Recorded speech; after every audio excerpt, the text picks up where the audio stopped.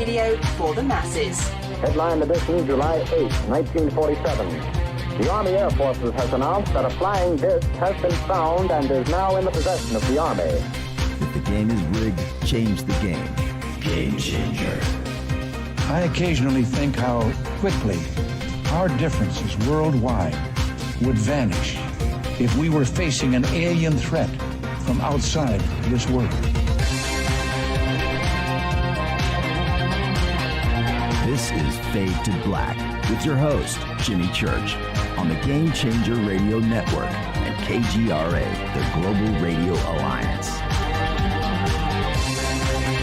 I need your help to get to the year 1985. You're listening to Fade to Black with Jimmy Church on the Game Changer Network. Good evening. Fade to Black.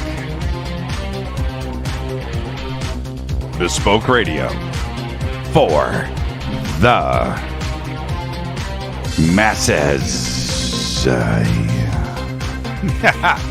How you doing? How you doing? Today's Thursday, July 15th, 2021. 197 days into the new year, only 168 days left. We are live from a bunker. A bunker that is somewhere in the middle of nowhere. A total undisclosed location, but it is beautiful. That's right. I would like to welcome everybody listening all around the world, all across the United States. Hither and thither, to and fro, back and forth, up and down, east and west, north and south, far and near. This is Fade to Black for KJCR, the Game Changer Network, and KGRA, the planet. I'm your host, Jimmy Church. What is cracking, everybody? How you doing? What a week on the show. This has been a perfect week on Fade to Black. And we're going to close it out tonight with very special guest, Ross Coulthart. All the way live from Australia. Yeah, man. And we're going to discuss his new book and the film, In Plain Sight, an investigation into UFOs and impossible science. All of that and much more tonight with Ross. And I've got to say this before he's on with us tonight. I was just speaking with Ross a couple of times today. And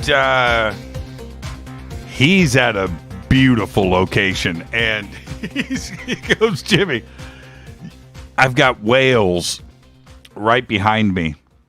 I've got whales in the ocean, and it's just absolutely beautiful. I'm looking forward to this conversation tonight with Ross, and I really appreciate not only over. Let me give you a little bit of background before we jump into the show tonight. Ross and I started talking about getting him on the show a couple of months ago, and the book was getting ready to get released, and the other film stuff that he's working on. And he's like, Jimmy, the second I have a free shot, I'm on Fade to Black. And that part of it was great. But what was going on at the same time as Ross, and I hope he's listening right now so he can smile about all of this. While Ross and I were getting the show set up, all of the chatter in social media was out there about Ross and his work and In Plain Sight and the importance of his journalism and integrity and what he means to Australia and to the rest of the world, and his voice needs to be heard. I was watching all of that, and Ross and I are in the background trying to get this thing done at the same time. And with everything else and the timing of all of the events over the last couple of weeks, tonight is the first date that was possible to get Ross on the show. And there's a lot of logistics and things with Ross over in Australia to make tonight happen. And so I'm going to say thank you right now to Ross and what he did to make sure that tonight's broadcast happened. So thank you so much for that, Ross. And the excitement with everybody out there about him coming on the show tonight is just absolutely great. And I've been following Ross and his comments and his knowledge. So we're going to get into all of that tonight. Yes, Ross Coulthart is with us live from Australia. He will be joining the show at the bottom of the hour. Okay, so now also I want to thank Christina Gomez and Micah Hanks.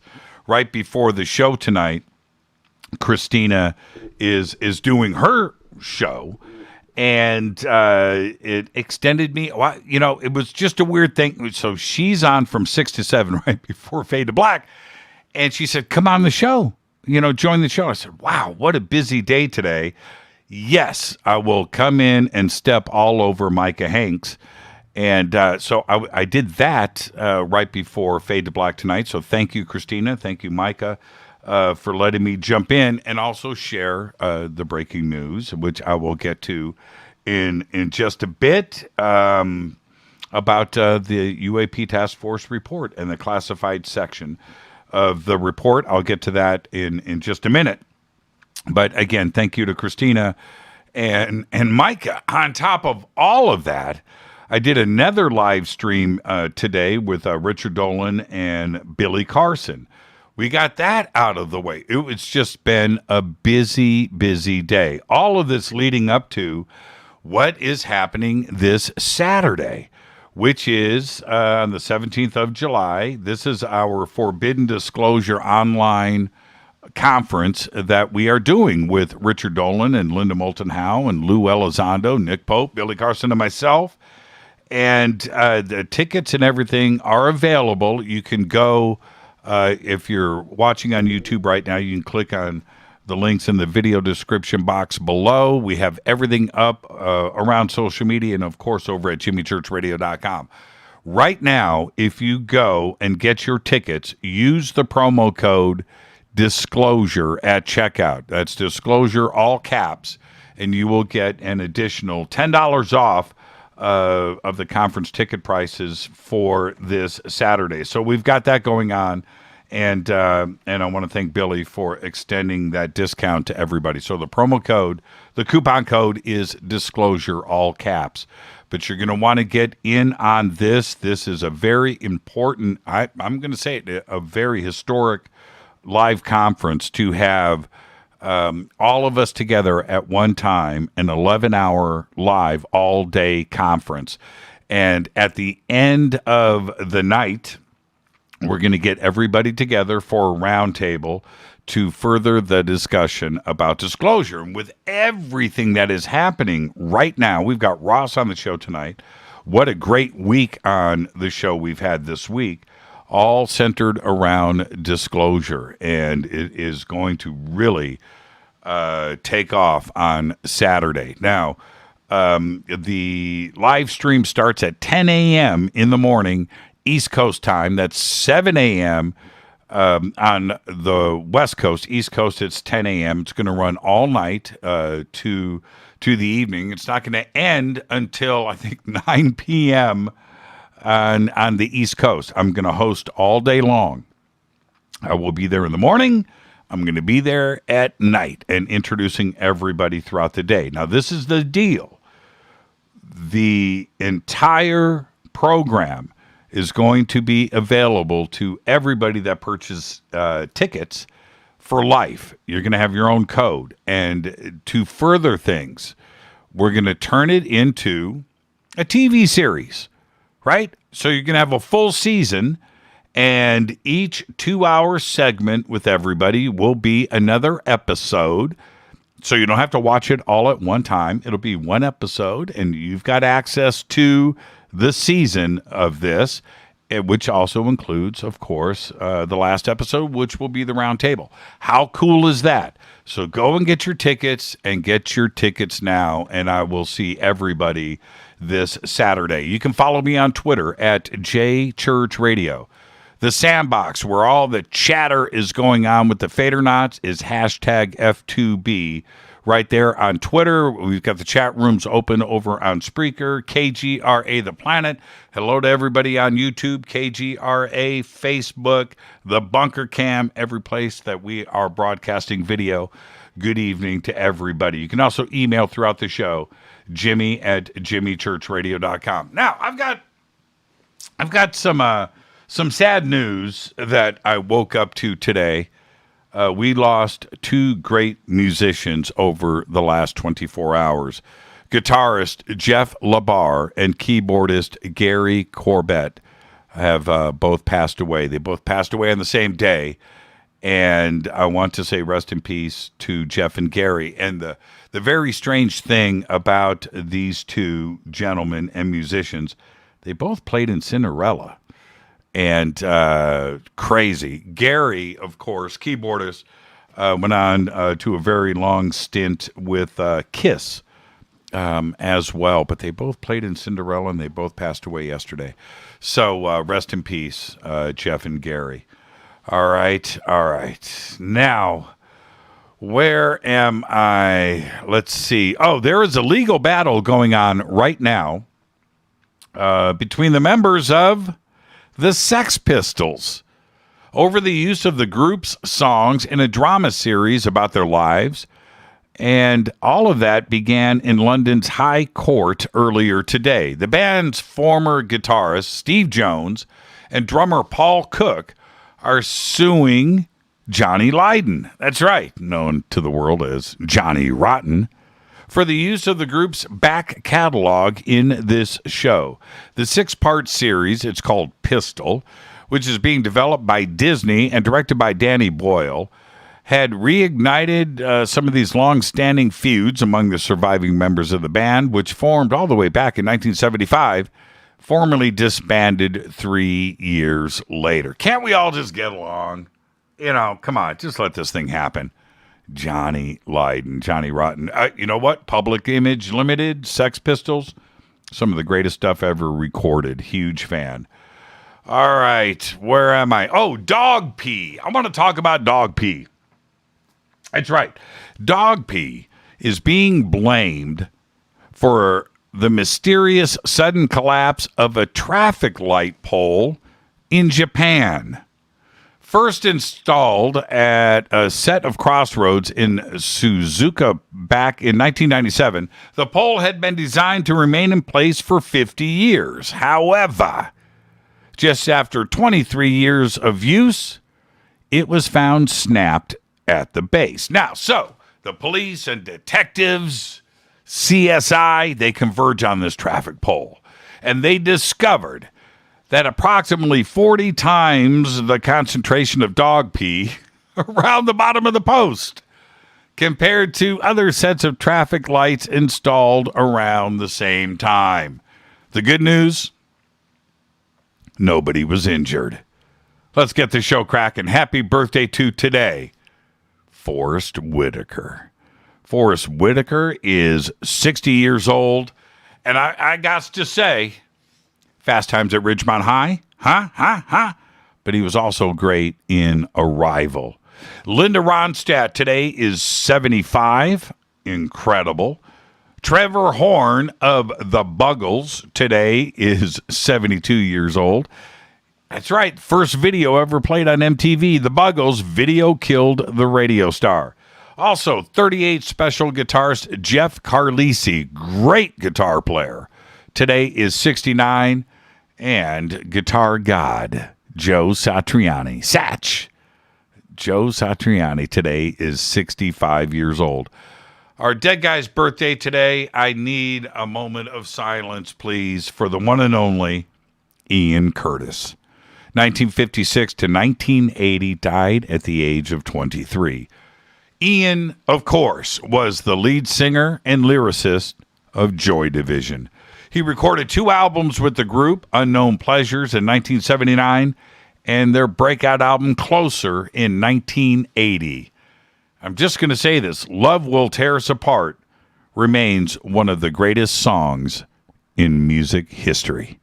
Now, Ian suffered from epilepsy and depression, and he died by suicide on the eve of Joy Division's first North American tour and shortly before the release of the album Closer.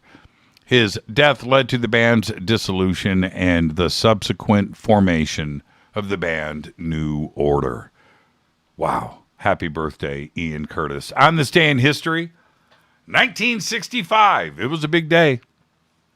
Mariner 4 passes over Mars, the red planet, at an altitude of just 6,000 feet and sends back to Earth the first close-up images of the red planet.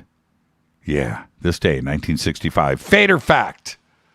All right, now here you go. This is one of those things. It just doesn't sound right. It's too unbelievable. But it's a fact. The sweetener saccharin. Okay? Put that in your mind. The sweetener saccharin was accidentally discovered by a Russian chemist who forgot to wash his hands after working in his lab. And then he licked his fingers. That's a true story. That's a true story. That's all I got. That's all I got. Tonight, very special guest live from Australia, Ross Coulthart joins us. And we are going to discuss his new book and production, In Plain Sight, an investigation into UFOs and impossible science. All of that at the bottom of the hour. All right, let me hit this River Moon coffee. It's right here. Still hot because of my Fade to Black thermos. Yeah, it's pretty good too.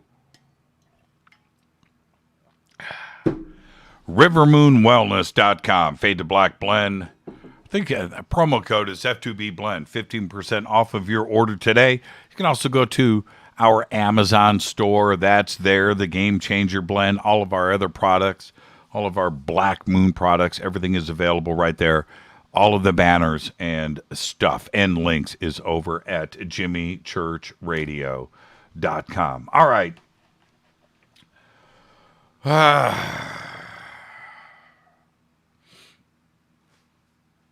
Okay. So, just before showtime tonight, John Greenwald of the Black Vault tweeted out that the UAP Task Force classified section of their report is only 17 pages. That's right. So what does this mean? John's full report will be published tomorrow. He just texted me right before the show tonight that he will publish his report tomorrow. Everything will be discussed then. What are my thoughts? Well, I was just on with Christina Gomez and Micah Hanks right before the show tonight speaking about this. And I've had more time to digest things. I've had an additional 30 minutes to think about this. I don't know what to think. Now, Ross is... No, I've got a lot to talk. Ross is going to be with us at the bottom of the hour, and we will discuss this with Ross as well. But I do know this. There has been a lot of people out there talking about this and speculating, and some people that would suggest that they are in the know and they've spoken to people. Some have suggested that they have read the report, that they have seen the report, and there has been a lot of page numbers thrown out there. 70 pages, 74 pages, 78 pages. We know that the unclassified section of the report was just 9, with 6 or 7 effective pages in the unclassified report. So you would wonder, how could there just be 17 pages in the classified section of the report? And if we look at the unclassified section, you've got a title page. So subtract that, and you have the appendix, the annex at the end, which is a couple of pages long. I would suspect something similar in the classified section. So are we only talking about 12, 13, 14 pages in the classified report? That seems a little strange, doesn't it? Now, We know that in the unclassified section of the report, they referenced 144 cases that were investigated. 144. So how can that be covered in under 20 pages? It doesn't make any sense. Probably only 14, I'm guessing, if there's a title page like there is in the unclassified section. It doesn't make a whole lot of sense. 144 cases. One which was solved. So that's 143 cases. Remember, the one solved case was the deflating balloon, and which I think many have guessed, and I'm going to say this, probably is the Jeremy Corbell leaked video of the balloon that went down over the horizon. The deflating balloon was probably that. I don't know for certain, but I'm feeling that one. So there's 143 cases. Where are we left with? Well, first off, those that have commented publicly, including Danny Sheehan, who was on the show on Monday and mentioned that the classified section of the report was over 400 pages. And I had asked Danny, I said, wait, whoa, are you sure? I think the number is around 70. And he said, no, it's 144 cases and it's 400 plus pages. That would make a lot of sense to me. But so we have Danny, and then we have others, including Lou Elizondo, who on the show didn't specifically, I'd have to go back and listen, but my memory is that he didn't specifically mention a page count. He may have on another program, but I have heard mentions of, 70 to 74 pages from Lou. Now, which also to me makes a lot of sense. Compared to 17 pages. That doesn't make any sense. So what do we deduce from this? Well, could it be that those out there that have made mention to the 70-page number, and certainly Danny Sheehan's 400-page reference, is that a preliminary version of the report? One that hasn't been published yet. Did they have access to that? I think there's a strong possibility. 17 pages? No. It's got to be the first version of the report, and there's something more complete coming out in the future. I'm only saying this because of logic, and I'm looking at this logically, in that there's no way that 17 pages cover 144, 143 cases. It just doesn't make any sense. There's not enough room there. Also, in this 17-page classified section of the report, is there any references to videos? Right? Are there video links? Is this an electronic version of the report? You can click and look at videos, and are there comments? I don't know. Is there photographic evidence and images in the 17 pages of the report with links that wouldn't take up a whole lot of page room? 144, 143 of those? I don't know. I think that's an equally interesting part of an analysis that we have to look at with these 17 pages. Now, that being said, the version of the unclassified report that we have all seen was incomplete. There wasn't any real conclusions except for the one investigation. There wasn't any conclusions there. The report definitely stated over and over again that we know nothing. All right. That we don't know a whole lot. There were 18 cases of near misses and pilots and erratic behavior of some of these UAPs, UFOs, if you will. So there was mention of that, but there wasn't a whole lot there. Could the classified version of the report basically say the same thing? I'm feeling that it probably does. I don't know that it's a whole lot different than the unclassified version, except that the classified version of the report probably mentions methods of investigation and sources coming back in, and that would be classified and not for public consumption. That would make a whole lot of sense to me, too. It feels to me, and I don't know, but it feels to me that the classified and the unclassified versions are probably pretty close to being the same thing. I know that there is a lot of disappointment out there. I did post, and I saw everybody's comments. I'm trying to get back to them now. The comments from everybody out there, there's a lot of disappointment.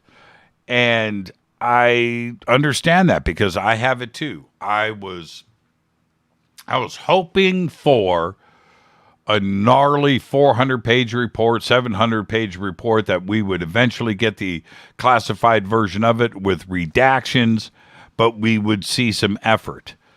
Clearly, that is not the case. The other part for me with the classified version of this report is that it has to be an intro to something coming in the future. That this is a suggestion to those members of the Senate Intelligence Committee that this is what is coming in the future. There is another part to this that I need to be very clear on. The interagency communication through all of the branches of the military and the FBI and the NRO and the NSA and the CIA and every other agency and sections of the Department of Defense, that communication is very complex. And how could this communication go down over a 180-day period, vet that information, look at it, and get it into this report in a timely manner in 180 days? That seems to be an impossible task.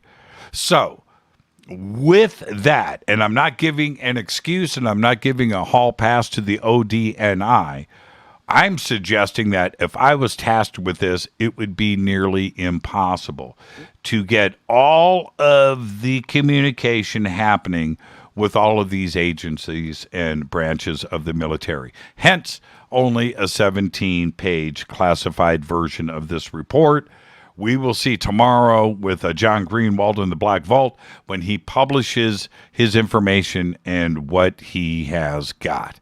With that, this is Fade to Black. I am your host, Jimmy Church. Another historic day. Another one. It's been crazy this last couple of months and this past couple of weeks. And what does Ross Coulthart think? What does he know? Well, he's going to be up with this next, and we are going to discuss his new book, In Plain Sight, and all of his investigative journalism and reporting on the UFO UAP subject. I'm your host, Jimmy Church, on the Game Changer Network and KGRA, The Planet. I'll be right back with Ross Coulthart live from Australia. Stay with me.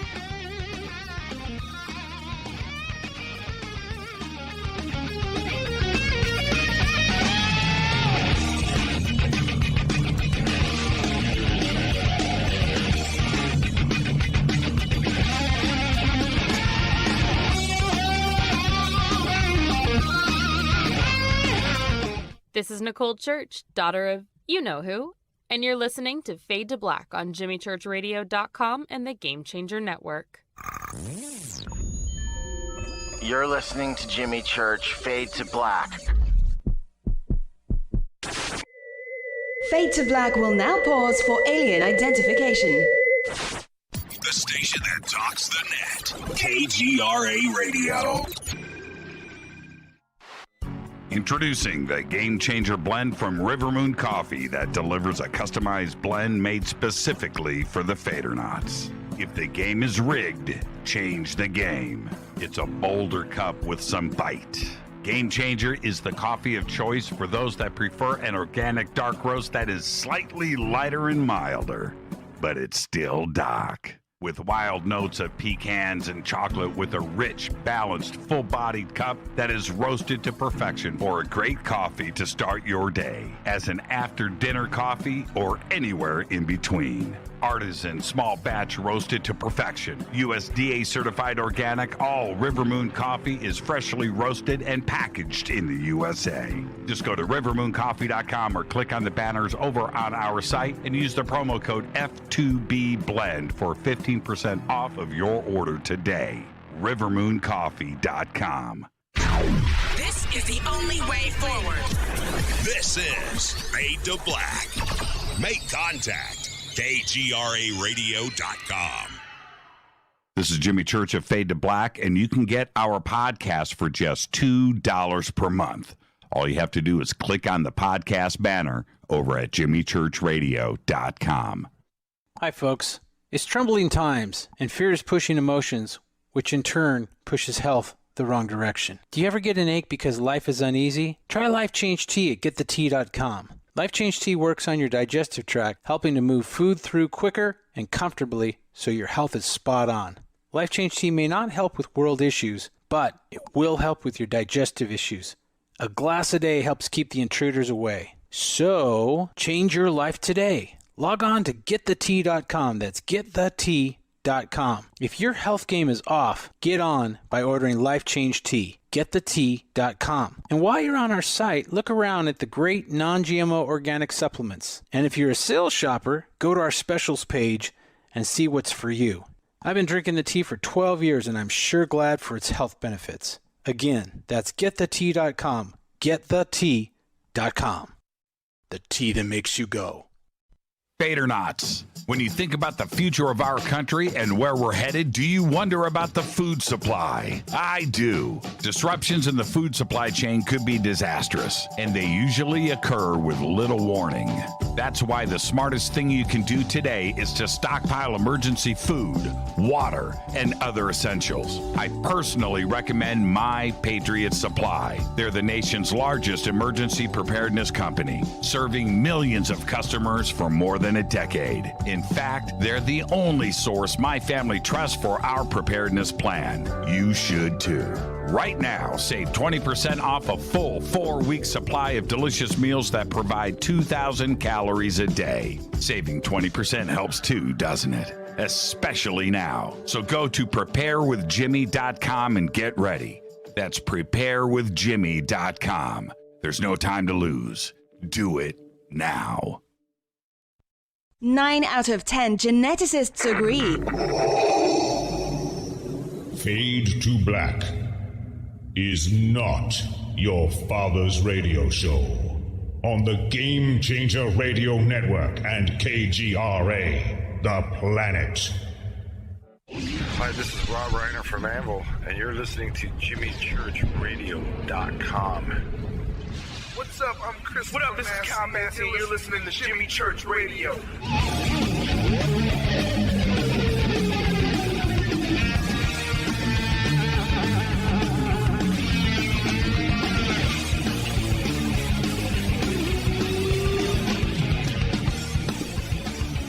All right, welcome back. Fade to Black. I am your host, Jimmy Church. Very important show tonight.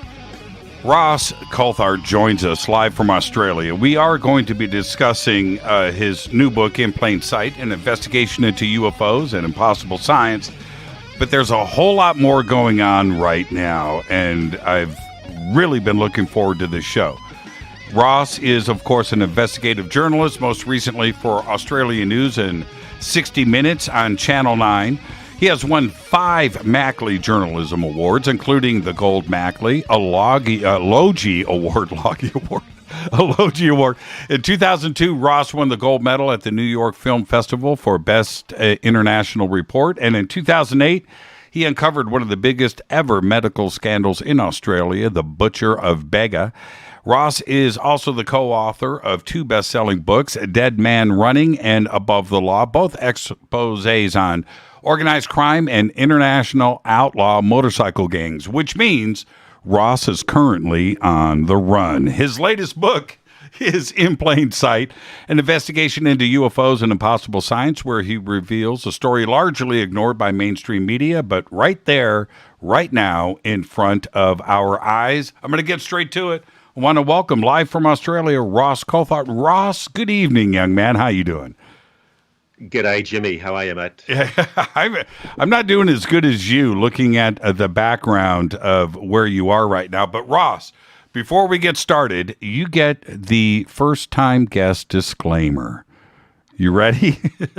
Ross, okay. It's just you and I sitting on my couch having a conversation as friends, and where the conversation starts, it starts. Where it ends, but we're going to end as friends. There you go. You ready? That's very sweet. Yeah. That's lovely. It's it's so funny when I have a first-time guest on and I hit them with that. They usually back up like, what? But there you go. And I want to say this before we get started. You and I both know that we've been putting tonight's show together for a couple of months. Tonight didn't just happen, and we've been working at this, but you also put in a huge effort over the last week to make sure that tonight happened, and I want to personally thank you for all of that. We don't need to get into the details, but I thank you. I absolutely thank you for making sure that this happened tonight. That's a very genuine pleasure. Yes, and again, thank you. I want to actually start in a very strange place because we've got so much to discuss tonight, and I want to try to get it all in. But I want to start here. I've been following you for quite a while now, and I've been reading and I've been watching and listening. You are a UFO journalist. You understand the subject. Your knowledge is pretty extensive. And I've interviewed everybody, and I've listened to your comments and your knowledge base. It's extraordinary. Do you look at yourself like that, and how much research do you actually do?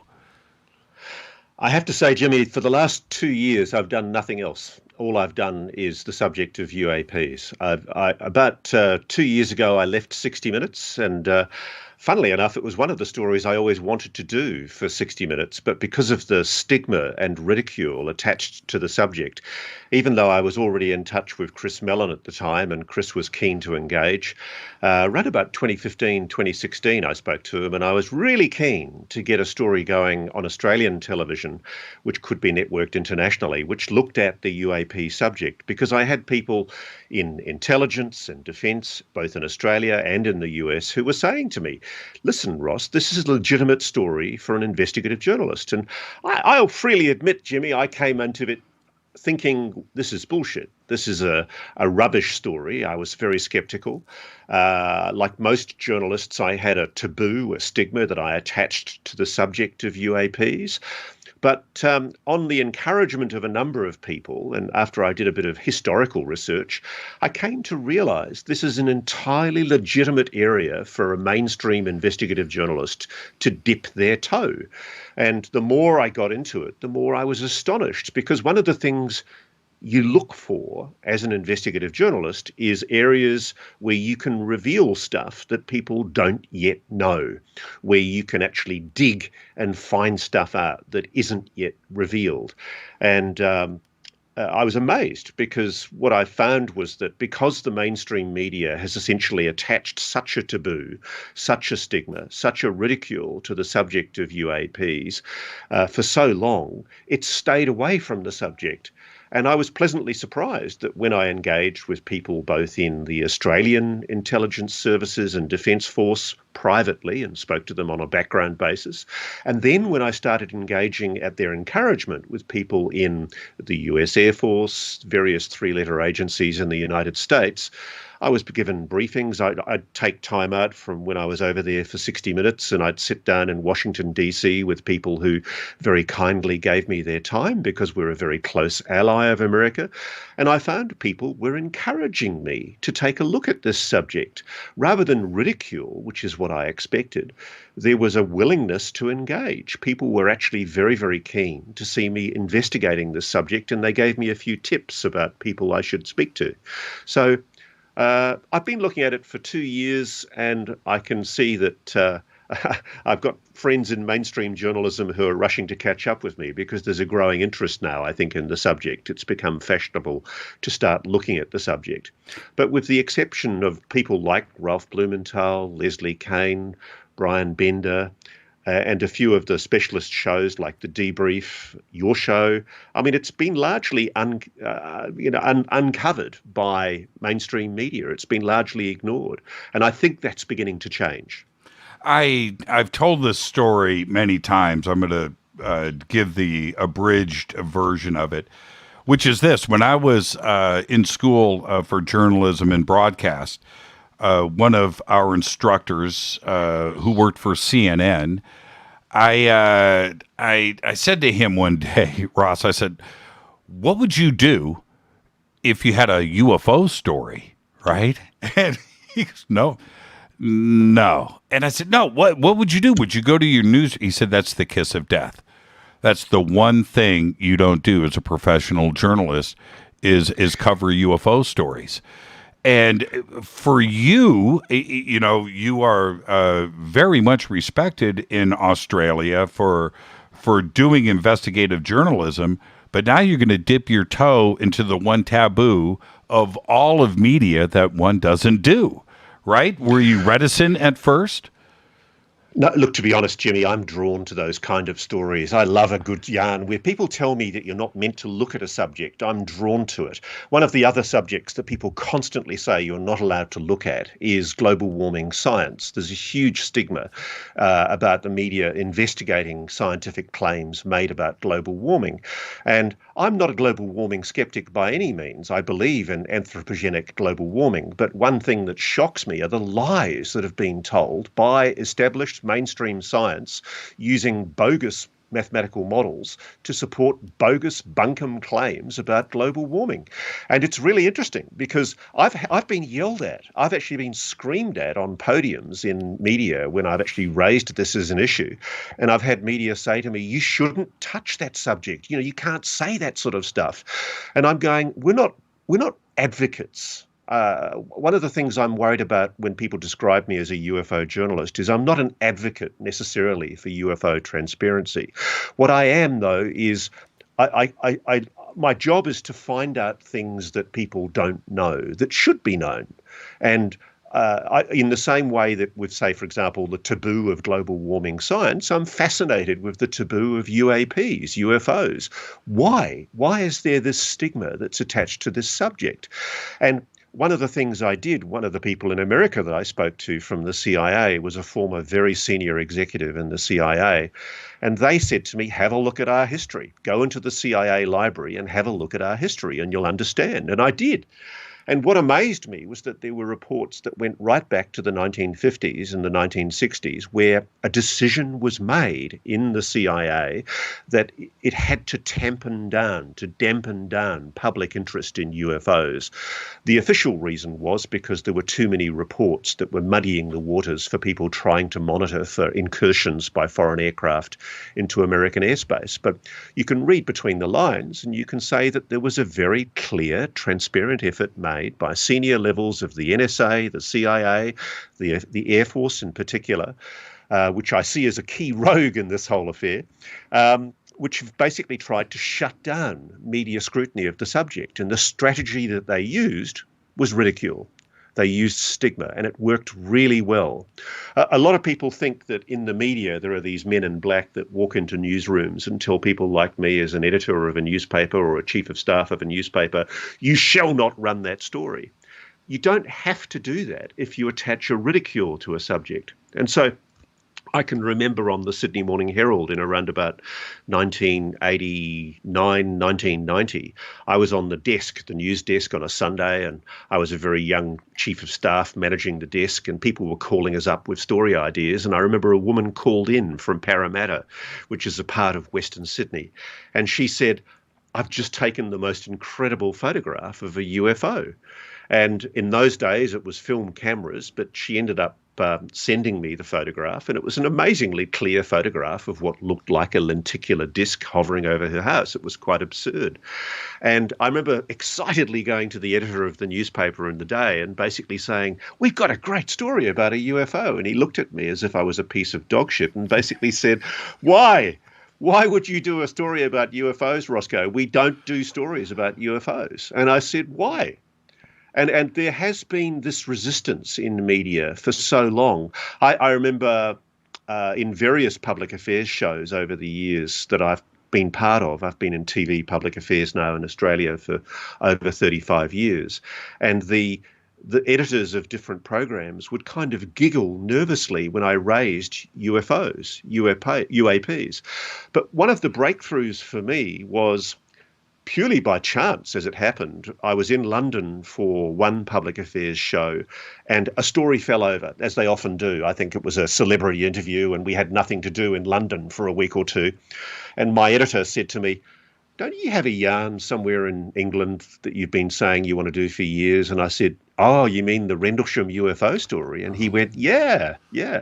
And so we interviewed Charles Holt, who was the colonel who had sat at the RAF Bentwaters base, and he'd seen this weird object hovering through the trees at in the forest adjacent to the RAF base. And this was a base where nuclear weapons were stored. And Charles Holt was incredible talent. He was an extraordinarily well-informed, highly intelligent man, highly credible. And we interviewed, I think, Chris French, who was a British skeptic, who said, "Oh, yes, it was Orford Nest Lighthouse. No doubt at all about it. It was Orford Nest Lighthouse." And we went out there and we looked at where Charles had said he'd seen the object, and we spoke to his colleagues who'd been there with him, and we looked at the compass bearings. We did our homework. We did what journalists are meant to do.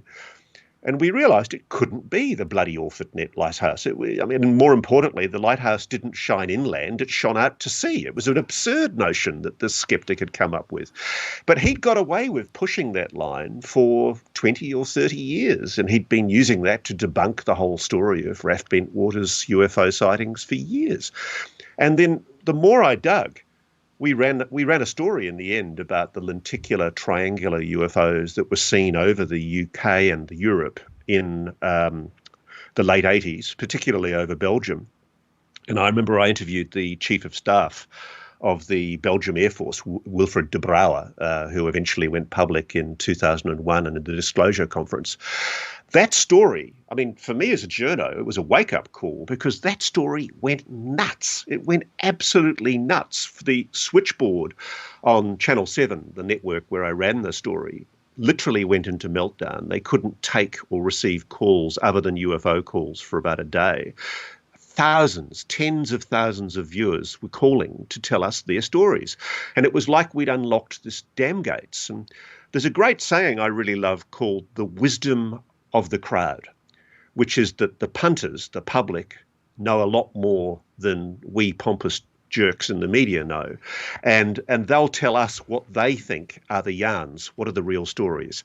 And I'm struck by the fact that any time a UFO story runs, it rates its socks off. And my bosses at Channel 7 realised that. So the most recent documentary I made, The UFO Phenomenon, which I think aired a month or two ago in Australia, and it's been bootlegged all around the world now to my great amusement. That story was made because the executive producer of the new program that I'm working for called Spotlight in Australia, he's the same guy who remembered the story that I made on RAF Bentwaters. And as soon as I told him I had a UFO story, he went, "Hurrah, let's run it," because UFO stories rate. And they do. Like, you know, it was the highest rating story that's aired on that television network that year. The level of audience response to that story has been incredible. And frankly, I don't care. This is what I come to. I don't care that, yes, there's been a few sarcastic comments from mainstream media jerks. One of them was a business newspaper reporter who wrote that veteran investigative reporter Ross Coulthart has become a tinfoil hat crazy because he's writing a book on UFOs. And frankly, they're the ones that are missing out. this is a bloody good story. And I'm chasing this now like a dog on a bone, because I've had so much fresh, new, interesting information come in the door, not just from experiences, people who had sightings, but from people in the military, people in the Defence Force, in the intelligence services, civilian pilots. I have been overwhelmed. The estimate now that I've got, I haven't even bothered to count them, but last time I checked, the emails, messages that I'd had on media were well over 11,000. And sadly, I've been moving house the last couple of weeks, as you know. And so I'm dying to get back into it, to get my teeth into this story, because there's so much new information, so many new verdant areas for investigation. And as an investigative journalist, I'm excited because I know I can break stuff that other people aren't looking at. And that's the definition of what we should be doing as journalists. And the fact that the mainstream media has allowed itself to be seduced by this narrative that there's a taboo, a stigma associated with UAPs, UFOs, I just think is crazy. It doesn't reflect well on us as media. We've failed. I have become a spotlight addict, by the way. I'm just going to let you know. I've been watching all of it. Right. Was there one event, one UFO UAP moment for you where you just went, okay, hold on, there's something going on here? What was that? Was it Rendlesham or was it something else? No, it was earlier. When I was 16 years old, in Christmas of 1978, there was an incident that you'd know of, Jimmy, called the Kaikoura Lights incident that took place over the South Island of New Zealand. And at the time, like everybody else, I bought the government explanation that the Kaikoura Lights were simply reflections of fishing boats, squid boats, that were operating on the water off clouds. And the Air Force came out with an explanation that these lights that had been filmed by an Australian cameraman called Quentin Fogarty and seen by the pilot on board and the co-pilot and by another journalist called Dennis Grant, that they were all confused and they didn't understand what they'd seen. And I guess we were a lot more used to governments telling us what to think back then, because as a 16-year-old boy, I was going into law school and studying at law school. I kind of accepted in a kind of an authoritarian way, well, the government's told me the explanation, that's the end of it. And then when I was in my first year of university in Wellington in New Zealand, my sister had a party and I met an air traffic controller from Wellington Airport. And I said to him, oh, that was a really funny incident, that Kaikoura Lights incident. And he went, yeah, it was. And he said, what do you know about it? And I said, I know that the official explanation eventually from the Air Force was that it was all bullshit and, it was just squid boat lights. And he went, they weren't fucking squid boat lights. He said, they were not squid boat lights. He said, I saw those on my radar screen. And the interesting thing is John Cordy, who's now in his 80s, is still alive. He's the air traffic controller who was one of two men at Wellington Airport that night, who was 30 to 40 miles across Cook Strait from where this incident occurred. And you had a cargo aircraft carrying newspapers to a town called Blenheim in the South Island of New Zealand, which was piloted by Captain Startup, a wonderful old geezer who I also interviewed. Anyway, it was one of my first stories. So I wrote that story up for the student newspaper in Wellington in New Zealand. There was a contrary argument, a contrarian story to the explanation that had been given by the New Zealand Air Force. And it was picked up by the New Zealand Herald newspaper, which was a paper I went on to work for. And at one stage when I was working for the New Zealand Herald, I met the former Prime Minister of New Zealand, Robert Muldoon, Piggy Muldoon, as we used to call him. And Robert Muldoon is now dead, but he admitted to me when I asked him about Kaikoura that there had been an approach made to him as Prime Minister of New Zealand by the then CIA station at the American Embassy in Wellington who'd asked him to try and dampen down coverage of the Kaikoura incident. And Muldoon admitted to me flatly that he'd been encouraged to basically play it all down and find an explanation. And he went, yeah. He says, the squid boat lights thing was a bit of bullshit, but it did the job. And the interesting thing is, I came to Australia chasing a career in journalism, and I started working for the equivalent of PBS, which is the ABC, the Australian Broadcasting Commission. And I was a very young investigative reporter on a very prestigious show called Four Corners, which is like Frontline in the US. Okay. And I was doing a story with the Australian Air Force, and the very senior members of the Australian Air Force who were escorting us around for this story invited us for a drink in the mess in the bar. And the very senior member of the Air Force, after about 2 beers, leaned across to me and said, "Can I ask you something, Ross? Why don't you chaps do stories about UFOs?" And I went, "Well, because they're bullshit. Nobody does stories about, it's rubbish, And I kind of giggled nervously, like many journalists do when they're approached about the subject of UFOs. And he went, "No, they're not." And then we're sitting in this mess full of flying officers who flew fighter jets and cargo aircraft in a base called Richmond in Sydney, in northwest Sydney. And he's summonsing over people, saying, come on, tell Ross your story. And the next thing I know, I'm talking to fighter jet pilots who have told me that they've had lenticular discs hovering off their right wing. There was a cargo pilot. He was a P-3 Orion pilot who did long-range surveillance in the Indian Ocean. And he told me he'd seen objects coming up out of the ocean in the Indian Ocean. The P-3 being the radar plane that flies up and down the coast. And you beat me to it, because what he also told me was that his radar operators saw this object moving at literally, I think it was 25,000 miles an hour on their radar screen. That's incredible. That's incredible. Yeah, and he saw it with his own eyes. And so I guess I was primed very early on in my career in journalism for the fact that there is a counter-narrative here. And I've always been intrigued as a journalist that there is this taboo associated with the subject of UFOs. And many's the time I've sat down with editors of newspapers and TV stations and said, why is there this taboo about UFOs? Why? Why is there this stigma? And the reality is, yes, there are a lot of crazy people out there who tell UFO stories. I don't know what to make of abductions. I'm not going to dismiss them out of hand, but I haven't gone into them in my book. But, there are a lot of weird people who've contacted me since my documentary. But I'm not going to dismiss it out of hand. There is a real phenomenon. That's official now. The US has admitted that. And we are at a completely different paradigm now in journalism, where journalists come to me. I've had people from some of your top newspapers in the US. I'm a member of a group called International Consortium of Investigative Journalists, ICIJ, based out of Washington, D.C.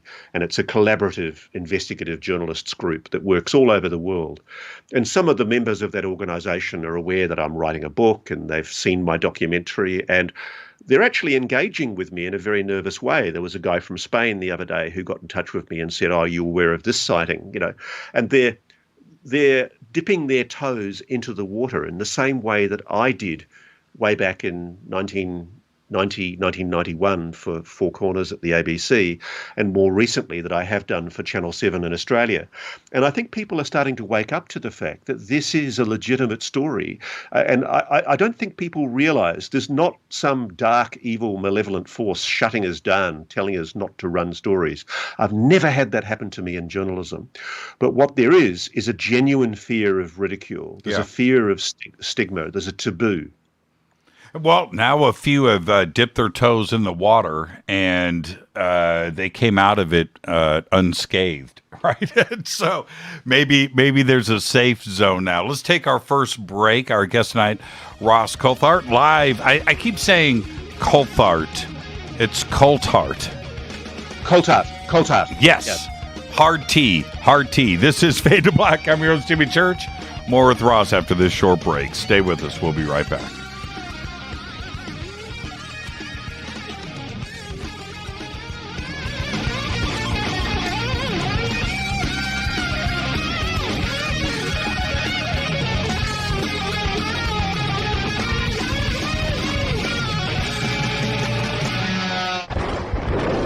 This is Fade to Black with Jimmy Church on the Game Changer Radio Network and KGRA, the Global Radio Alliance.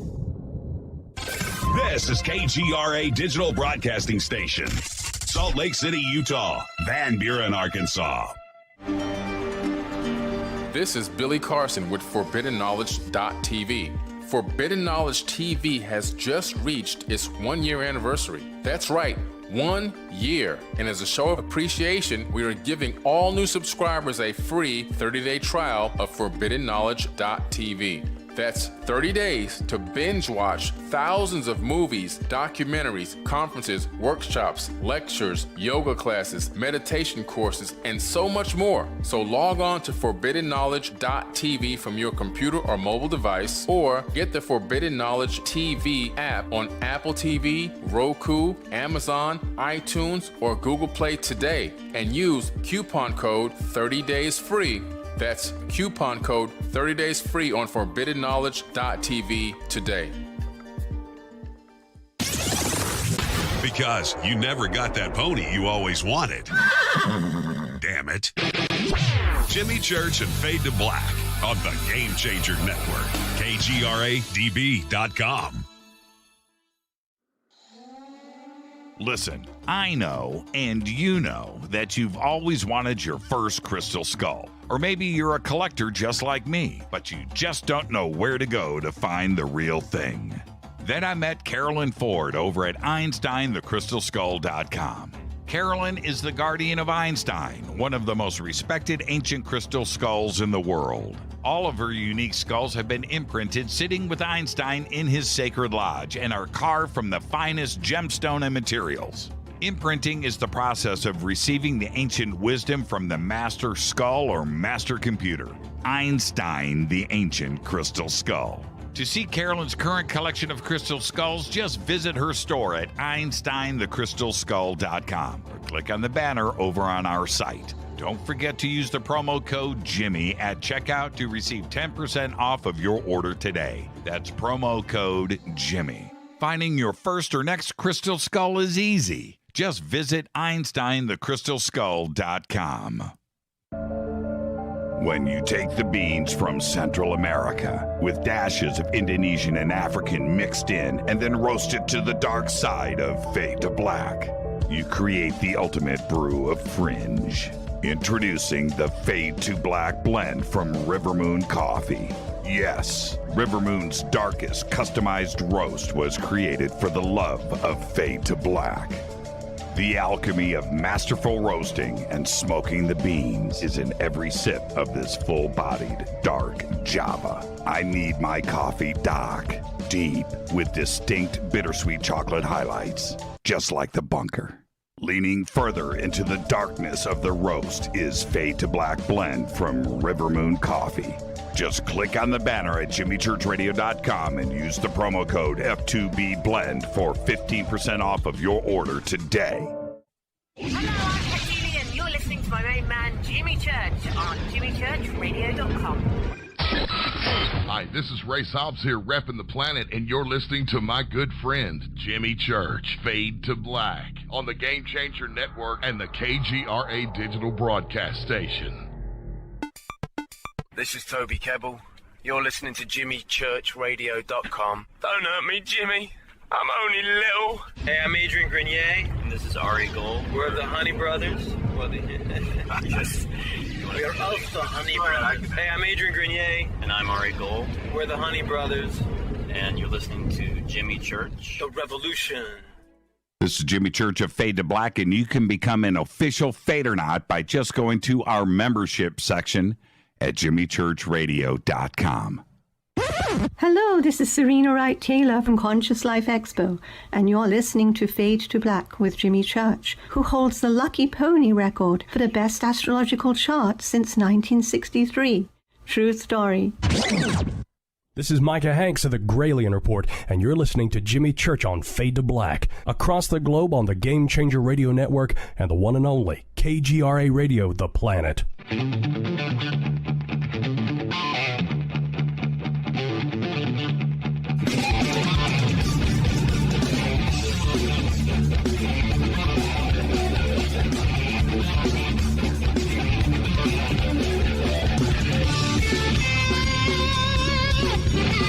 All right, welcome back. Fade to Black. I am your host, Jimmy Church. Our guest tonight, Ross Coulthart from Australia. And very, very interesting conversation so far, Ross. But a couple of things before we get to all of these crazy current events that are going on. I want to remind you, later on, I want to discuss Westall. And there's a lot of reasons for that. But over the years, when people ask me, you know, what are my favorite cases? And we have all, you know, we can go A, B, C, D. But you know what? Westall, 1966, one of the most incredible cases in all of ufology. And it happened right there in Australia. So I do want to circle back to that. But let's get to what you've been covering. And your information and your research, very comprehensive and very compelling. But I've got to go straight at it. The UAP Task Force report, we'll get to the 17-page issue in just a bit. But on June 25th, when the report was released, what was your first thoughts? I think, like everybody, I was underwhelmed, Jimmy. It was, I never expected it to be too comprehensive. I'd had sources from inside government tell me that it was essentially prepared in a hurry to satisfy the call from both congressmen and the public for some kind of report. I personally, I understand from Lou Elizondo and Chris Mellon that the UAP task force was under-resourced, dramatically under-resourced, probably deliberately, and that their emphasis has been, I think, on preparing a more thorough report for later in the year. Actually, while you and I have been talking, my good friend Keith Basterfield has just let me know that apparently John Greenwald's now being told by a burner account that's allegedly associated with Lou Elizondo that the complete report was 78 pages as at last month. So I don't know what that means, but basically somebody, as usual, inside the US government and the Defense Department is not being entirely economical with their truth. I just think we have to take what's being said with a huge grain of salt until we know for sure what's coming. So I'm going to do this right now. What do you think about the 17-page classified version that is being reported right now? Question mark. I'm live on the air with Ross, so I would love a comment. From me? No, that was just sent to Lou.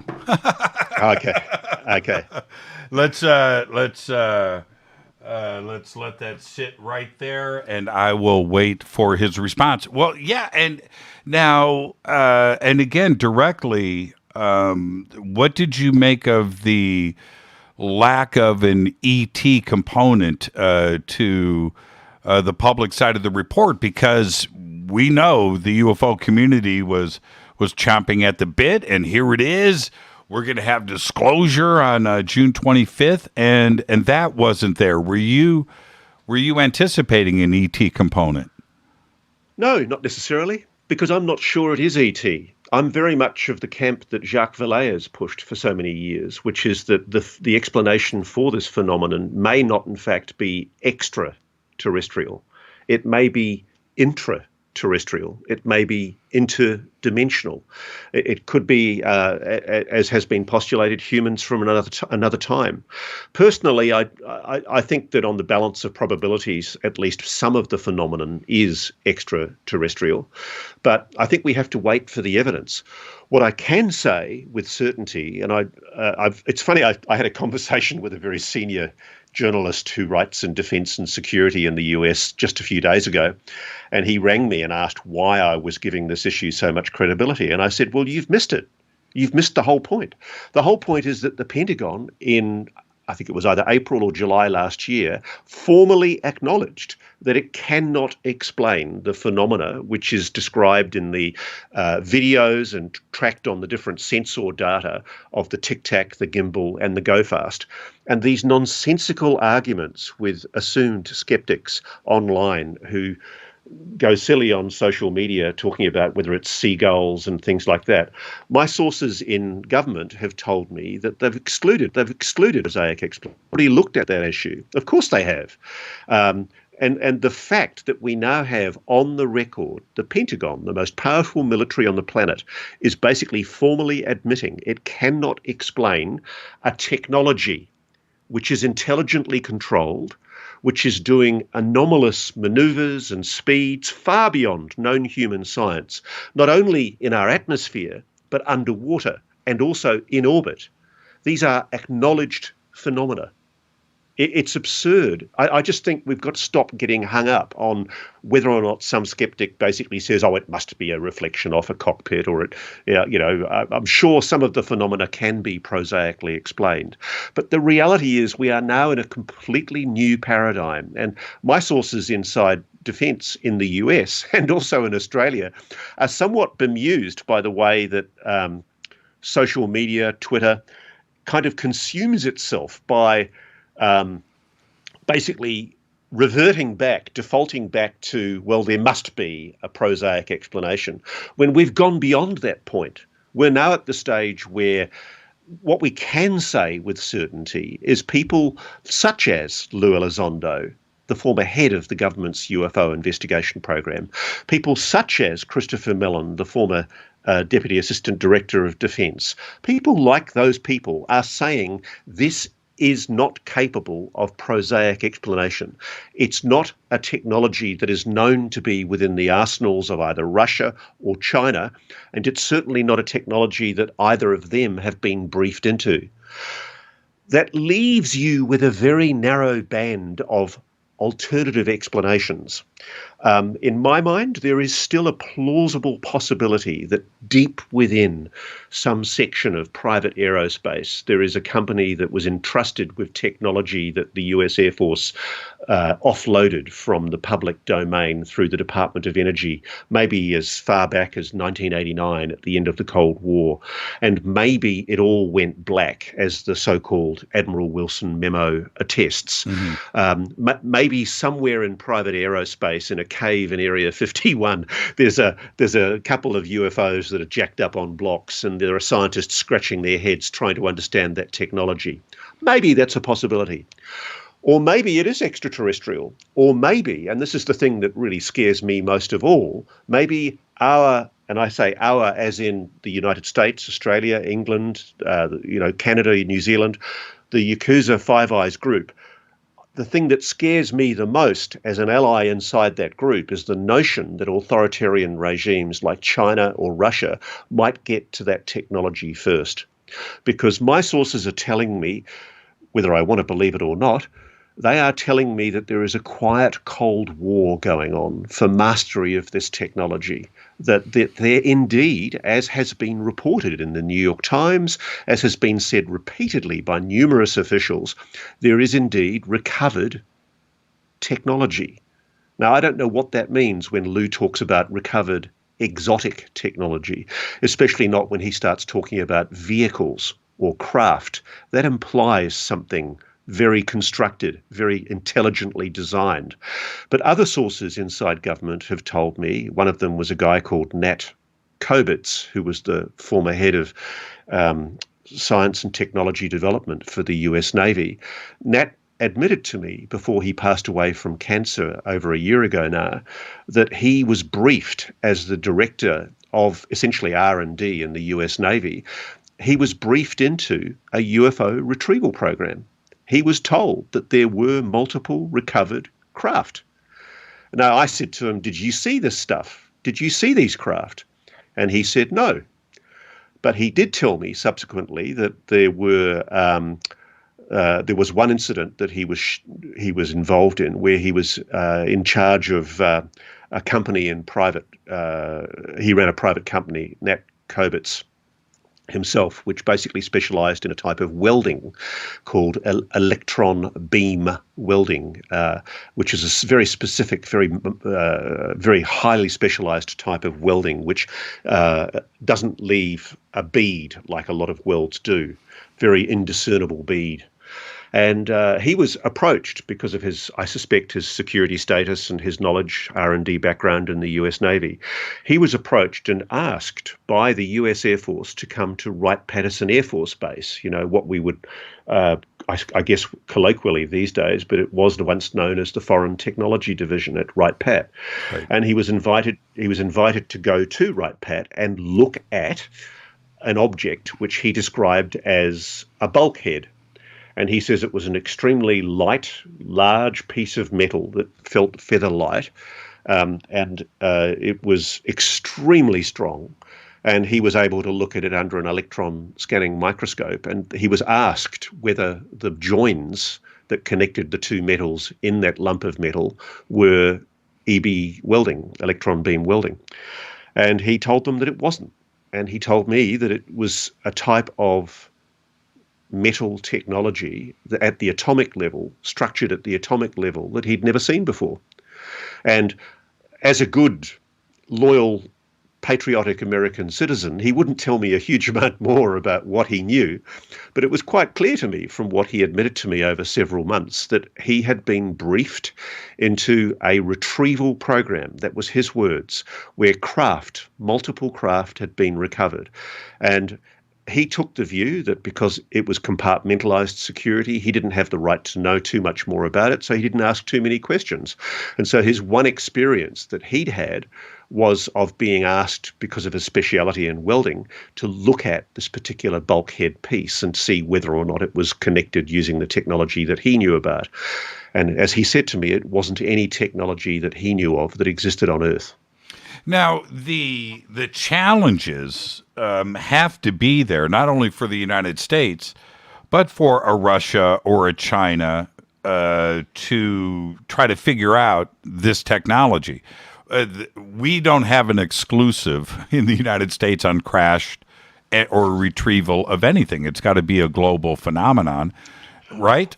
And I look at it like this, Ross. If we went back in time with, say, a cell phone, right? And you go back 100 or 200 or 300 years ago and give this, they're not going to know what it's for. A CD player, they wouldn't know that it's audio. They wouldn't have any concept of that.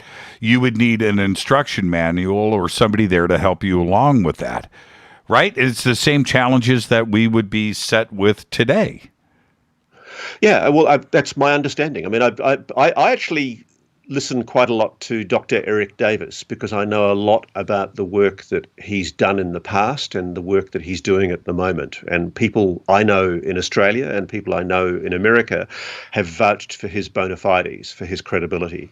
And Dr. Davis has spoken numerous times, I think on your show and other shows, where he's basically acknowledged that there have been crash retrievals, but he says that the attempts to re-engineer that technology have not been very successful. And if you think about it, if that's the case, that would explain why there has been a reticence by the American military and the American government to admit and indeed to lie about what it knows. Because I would lie. If I was the president, like Obama was in 2011, and they put out a press release denying any knowledge of crash retrievals or recovered craft or interaction with so-called extraterrestrial beings, if it was the case that the US has recovered extraordinary technology, mind-blowing technology, which I think it has, which I do think it has, I would lie. I would indubitably lie, and I would feel obliged under my national security oath to treat it as the highest level waived, unacknowledged special access program. I would keep it secret as long as I could, which is why I do think, and I'm suspicious, that this whole UAP task force report, albeit there's a lot of people in it who are well-intentioned and well-motivated, like people like Lou Elizondo in his role at ATEP, I think it's a fop. I think it's essentially a foil to try and buy time. I think what's happening is the US is trying to constrain the narrative. It's deliberately, in the course of that UAP task force report, it's set the narrative as running from 2004, from the Tic Tac UFO USS Nimitz incident off the west coast of the USA. And one of the things that blew me away when I started doing my research was the incredible, the awesome history that's been so well told by your colleague John Greenwald, by Richard Dolan, by numerous writers over the years who've basically pieced together the secret history of the US government's interaction with the phenomenon, going right back to, I think, before and after World War II, where it's quite clear that even if you read the online reports of the CIA's library, they talk openly about recovered flying saucers. It's sitting there in black and white for anybody to see. And I've approached the agency and said, well, what do these documents mean? What's the explanation for a recovered flying saucer in a province of Afghanistan in 1960-something? No explanation is given. John's got these on his website. I've been a huge admirer of John Greenwald's Black Vault for ages because he's pulled a lot of these documents and put them there on the public domain. And quite frankly, it's our stupidity as mainstream media to have not realised their significance any sooner. And so my worry is that there's a narrative going on where I think, yes, I take it as a given now that the US government has recovered what it believes is non-human technology. And I know that's controversial. I got a response from Lou. This is from Lou Elizondo. He says, this is quote, I'm just going to read the entire text. He says, the original was sufficiently longer, about 70 pages. What was provided was an executive summary, and that's in quotes, that was much shorter. And that is from Lou, literally seconds ago. As you know, I'm going to have Lou on with us this Saturday, and we will obviously going to be discussing this in depth. I can't really say a whole lot more. I'm going to let Lou discuss this in his own words on Saturday. But yeah, I've been privy to a lot of information, and having this 17-page classified drop today, I think, was a shock to all of us. Now, going back to your comments, do you think, I think that your reporting and the book points to this, that the safe route, right, in order to not have to lie if you are a head of state, that you would spirit this technology into the private sector, right? That clears you from Freedom of Information Act. There is no paper trail. You're in black budget money, and you are in the private sector. Is this probably what is going on? Look, I'm pretty sure it is. I really am. Look, one of the things that I take very seriously, Jimmy, and I know it's been the subject of some controversy, is the Admiral Wilson document, the memo that was written by Dr. Eric Davis after his alleged conversation with an immediate former director of the Defence Intelligence Agency, Admiral Tom Wilson. That memo came from a source who is talking to me, and I'm aware of the archive of Edgar Mitchell from whence that memo came. And because of the associated documents in and around that memo that form part of my book, which are essentially documents sent by Dr. Hal Puthoff to Edgar Mitchell as a member of the Science Advisory Board of the National Institute of Discovery Science, which was, as you know, the body that was set up by Bob Bigelow to investigate and research the phenomenon. It's quite clear to me that the Admiral Wilson memo was sent by Dr. Hull put off to Edgar Mitchell in late 2002 in the genuine belief that it represented an accurate conversation between the immediate former director of the Defence Intelligence Agency and Dr. Eric Davis. And nothing that has been said by Hull Puthoff, Eric Davis, everybody could have immediately diffused that memo's significance in an instant by saying it's bogus, it's bunkum, it's a hoax, it's fake. They've never done that. I'm very, very sure it's genuine, even though Tom Wilson has told me, as he's obliged to do if it's genuine, if there is such a program in existence, Tom would be under an obligation to lie about it. And I'm not calling him a bad man for doing that, because he's a loyal, patriotic American citizen who's probably trying to conceal a program that is of immense importance to the United States government.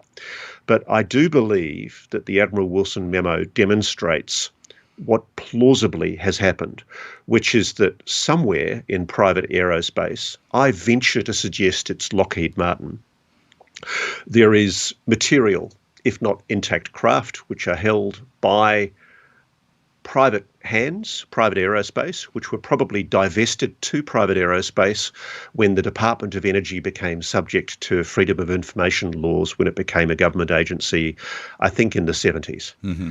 And I think it's been kept under wraps for that long, and only certain members of the military and intelligence services are briefed into the reality of what the United States has. And this is beyond even a waived, unacknowledged special access program. It's completely off the books. And I've heard explanations that have been put about how it's possible to create a company structure which essentially means that you are outside of the auspices of the freedom of information laws in the US. And there are similar evasion techniques that are used here in Australia to avoid accountability by government agencies as well. You know, the FOI laws are as John Greenwald would tell you, that you can drive a truck through the exemptions that are essentially provided there. And it's not too hard to hide stuff from the public gaze. So yes, I do think the most plausible explanation is that if the US has recovered exotic technology, which I think it has, because it's been said by innumerable people that it has, people who should know, if they've recovered craft, which I'm beginning to think they have, because people have told me that they have, I think it's being hidden. And I think it's being hidden for a very good reason. And I'm patriotic enough to know that I don't believe that the US would try and conceal this for some evil motive. I think it's concealing it for a strategic advantage. Quite frankly, the last thing I would want, and I think the last thing any of us would want, is for China or Russia to have control of this technology. And in the briefings that I had in the US in the last few years from people who do know what's going on, who talk to me about the existence of, quote, the program, they talk about how the Russians have also recovered technology. I've spoken to Russians more recently in the last few weeks who've told me that there's been recovered technology in the USS in the Russian Republic, but it was recovered during the period of the Soviet Union. I'm also told that China is mounting an enormous intelligence operation against the US because they're aware of this and that there is this Cold War going on where essentially there is an attempt to garner advantage from all sides as quickly as possible. I guess to some degree, one of the things I admire about America is that it's an open country, it's transparent. And so probably because of shows like yours, because of the power of the UFO Twitter, which I think people underestimate the awesome power of the social media, which has been asking questions about this phenomenon now for decades. I think the government is starting to realise that it's going to have to give something. And so my suspicion, and it's just a hunch, but my suspicion is that in the same way that the UAP Task Force report started the narrative, the historical narrative from 2004, they haven't made any retrievals or recoveries since that date. So it immediately constrains what they're obliged to talk about. And it means that's interesting. That's Ross. Yeah. Well played. That's interesting. That's interesting. So I think what's happening is they don't want to admit if Roswell was real, if Aztec was real, if any one of these incidents, the Del Rio events, were real, where craft were allegedly recovered, right, why the hell would you give away that it's strategic advantage? Why would you admit that you've got an incredible, awesome piece of technology jacked up on blocks in a cave in Area 51. Why would you do that? You wouldn't. What you would try and do is what the Air Force Office of Special Investigations has tried to do for years. You would try to control the narrative. You would try and immediately divert the public by saying what I think is going on. And I'm not suggesting, for example, that Dave Fravor or Alex Dietrich are lying or misleading the public. I don't think they know about these programs, if they exist. I think that the narrative that they've pushed, which is one of shock and surprise that this technology exists, something anomalous is doing extraordinary things now in our skies, in our oceans, in our orbit. And I think the government is going to say, oh, wow, you're right. We've just discovered this too. This is incredible. and our sensor systems are now picking this up. Wow, you guys, we apologise. You were right all along. There is this anomalous phenomenon, and we're going to investigate it. And it's going to take us probably about 10 years to investigate it, and we're going to allocate resources. But by golly, we apologise. Blue Book was wrong. There is something anomalous here, and it's going to buy them time. It's going to buy them another 5 or 10 years, and that's all they need. I think we need to take a break. I'm 15 seconds late, Ross, so let's get this in. This is Fade to Black. I'm your host, Jimmy Church. But the other thing, in the private sector, you make that phone call, you can just hang up on somebody. You can't do that with the government, right? This is Fade to Black. I'm your host, Jimmy Church. More with Ross when we come back. Stay with us.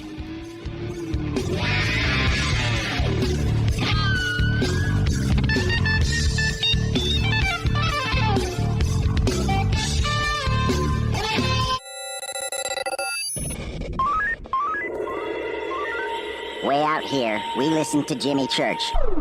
You're listening to Fade to Black. Always on the edge of the hottest alternative talk. Jimmy Church with Fade to Black. KGRARadio.com. ¿Qué tal, mis amigos? Yo soy Mario Carson, el tiburón, y los invito para que escuchen a mi buen amigo Jimmy Church Radio. ¡Claro que sí! Do you want to be an official Fader Not? Of course you do. This is Jimmy Church of Fade to Black. Just go to our membership section at jimmychurchradio.com. Fader Knots. When you think about the future of our country and where we're headed, do you wonder about the food supply? I do. Disruptions in the food supply chain could be disastrous, and they usually occur with little warning. That's why the smartest thing you can do today is to stockpile emergency food, water, and other essentials. I personally recommend My Patriot Supply. They're the nation's largest emergency preparedness company, serving millions of customers for more than a decade. In fact, they're the only source my family trusts for our preparedness plan. You should too. Right now, save 20% off a full 4-week supply of delicious meals that provide 2,000 calories a day. Saving 20% helps too, doesn't it? Especially now. So go to preparewithjimmy.com and get ready. That's preparewithjimmy.com. There's no time to lose. Do it now. So, you love talk radio? Then you'll love TalkStreamLive.com. TalkStream Live is always on, 24/7 with the best streaming talk shows. Find your favorite talkers and discover some new ones. It's free, readily available online or on mobile with any smartphone or tablet. Finding your favorite talk shows all in one place has gotten a whole lot easier. Just go to TalkStreamLive.com. Be sure to download the free apps from Google Play or the iTunes App Store. You listen to us, and we listen to you. And so does the CIA.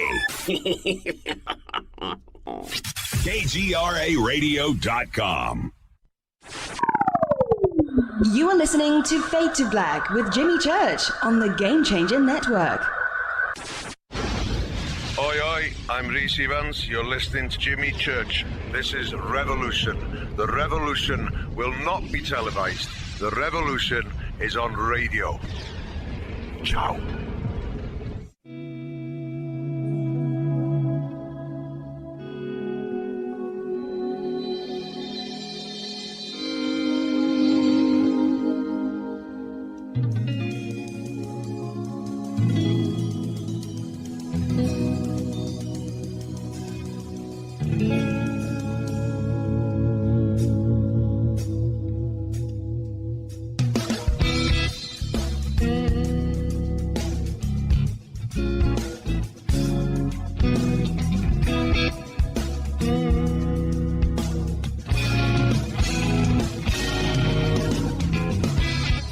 Welcome back, Fade to Black. I am your host, Jimmy Church. Tonight, our guest, Ross Coulthart, from live from Australia. But more with Ross in just a second. I want to talk to you about Virtual Shield VPN. Everybody needs their own VPN today. We know about this big, beautiful studio I have and all of the computers that run the show. Everything has Virtual Shield. You need to run in secret today. It's the world that we live in. You need your location secret. You need your search history private. You do all of that with Virtual Shield. And it's easy to do. You can click on the link in the video description box below here on YouTube. Also, over at jimmychurchradio.com, we have the links and all of the banners there to do that.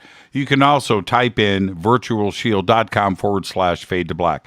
Do any of that, you will get Virtual Shield VPN for 50% off today. You need to run in secret. I do. Ross, do you have your own VPN? Do you run? I do. Yeah, you've got to do it these days, don't you? You just have to do it. You have to do it. One of the things that you brought up in the Wilson Davis doc, there was one thing that I think was paramount in that doc, and that was Admiral Wilson's frustration with trying to go into the private sector and make some phone calls and ask some questions. He got hung up on, right? And there is no oversight like that. If you're from the if you're not in the circle or part of an SAP program or on a need to know basis, they don't have to talk to you. Well, that's the thing that worries me most of all, because one of the things that was a turning point for me was reading Jacques Vallée's Forbidden Knowledge, Volume 4, and he talks about his conversations back in the 1970s with Richard Dick D'Amato, who was then a congressional staffer who was involved with the Senate Intelligence Committee trying to investigate whether or not there was a secret program inside the US government. And it's quite clear from Dick D'Amato's refused comment publicly, but it's quite clear from Jacques' published comments that Dick D'Amato was telling Jacques back then that there was a secret program ongoing inside the US government, and he was appalled about it because it was outside of known congressional oversight. Now, I'm not so sure about that, because we now know that there is oversight that's way above that by the Gang of Eight, of which Senator Harry Reid was a member, which is a select group of 8 members of the Congress who were essentially given access to what are called waived, unacknowledged special access programs, which are the most darkest, deepest secrets of all in the US government. And I sincerely hope that Harry knows a lot more than he's let on so far. He's certainly indicated as much to the New York Times in the interviews that he's done. But I sincerely hope that it's not a congressional oversight. I sincerely hope that we haven't got to a situation where our Congress has not been briefed about secret programs, because frankly, there was a turning point for me, Jimmy, in my research where I came across the press release, because one of the questions I looked at was, what have presidents said about this in the past? What official comments have been made on the record by the White House about whether or not there is a secret UAP program, whether or not there is contact with extraterrestrials or non-human life, intelligent life?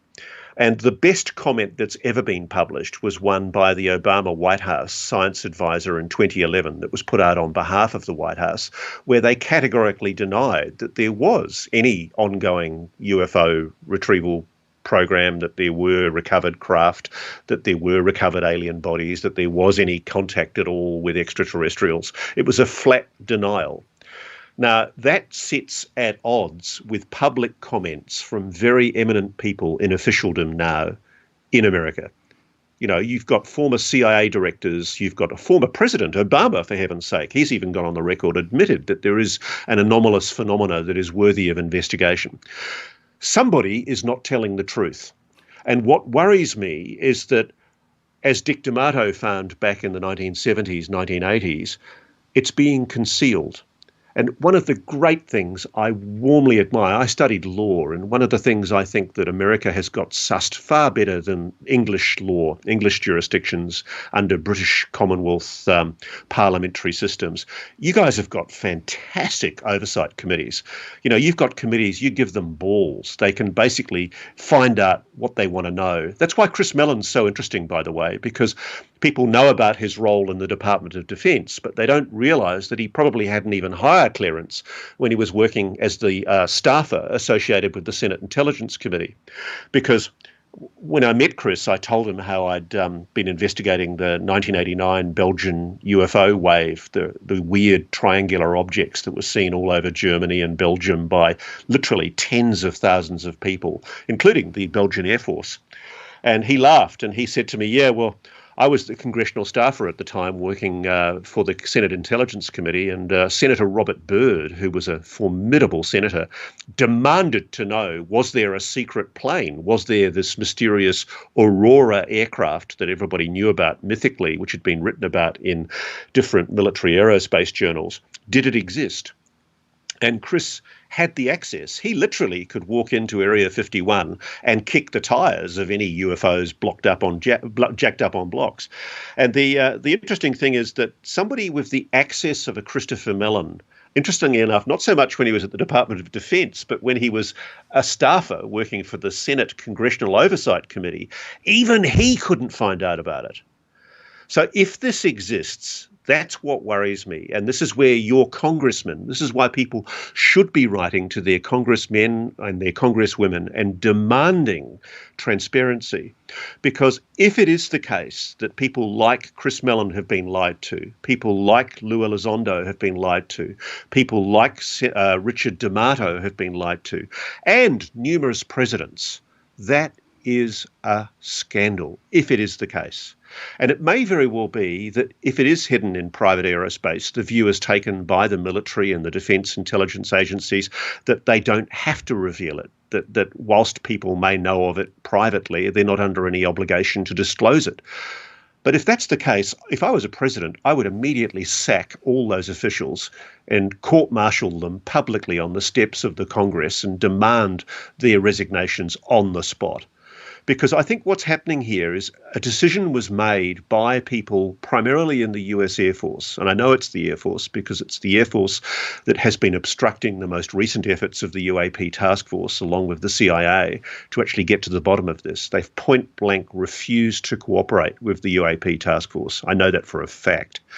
And the problem that you've got is the arrogance, the hubris of some people in defence and intelligence who seem to feel, and this was one of the things that shocked me when I read what Tom DeLonge was saying to people online and in various shows prior to the 2016 election, before TTSA became public.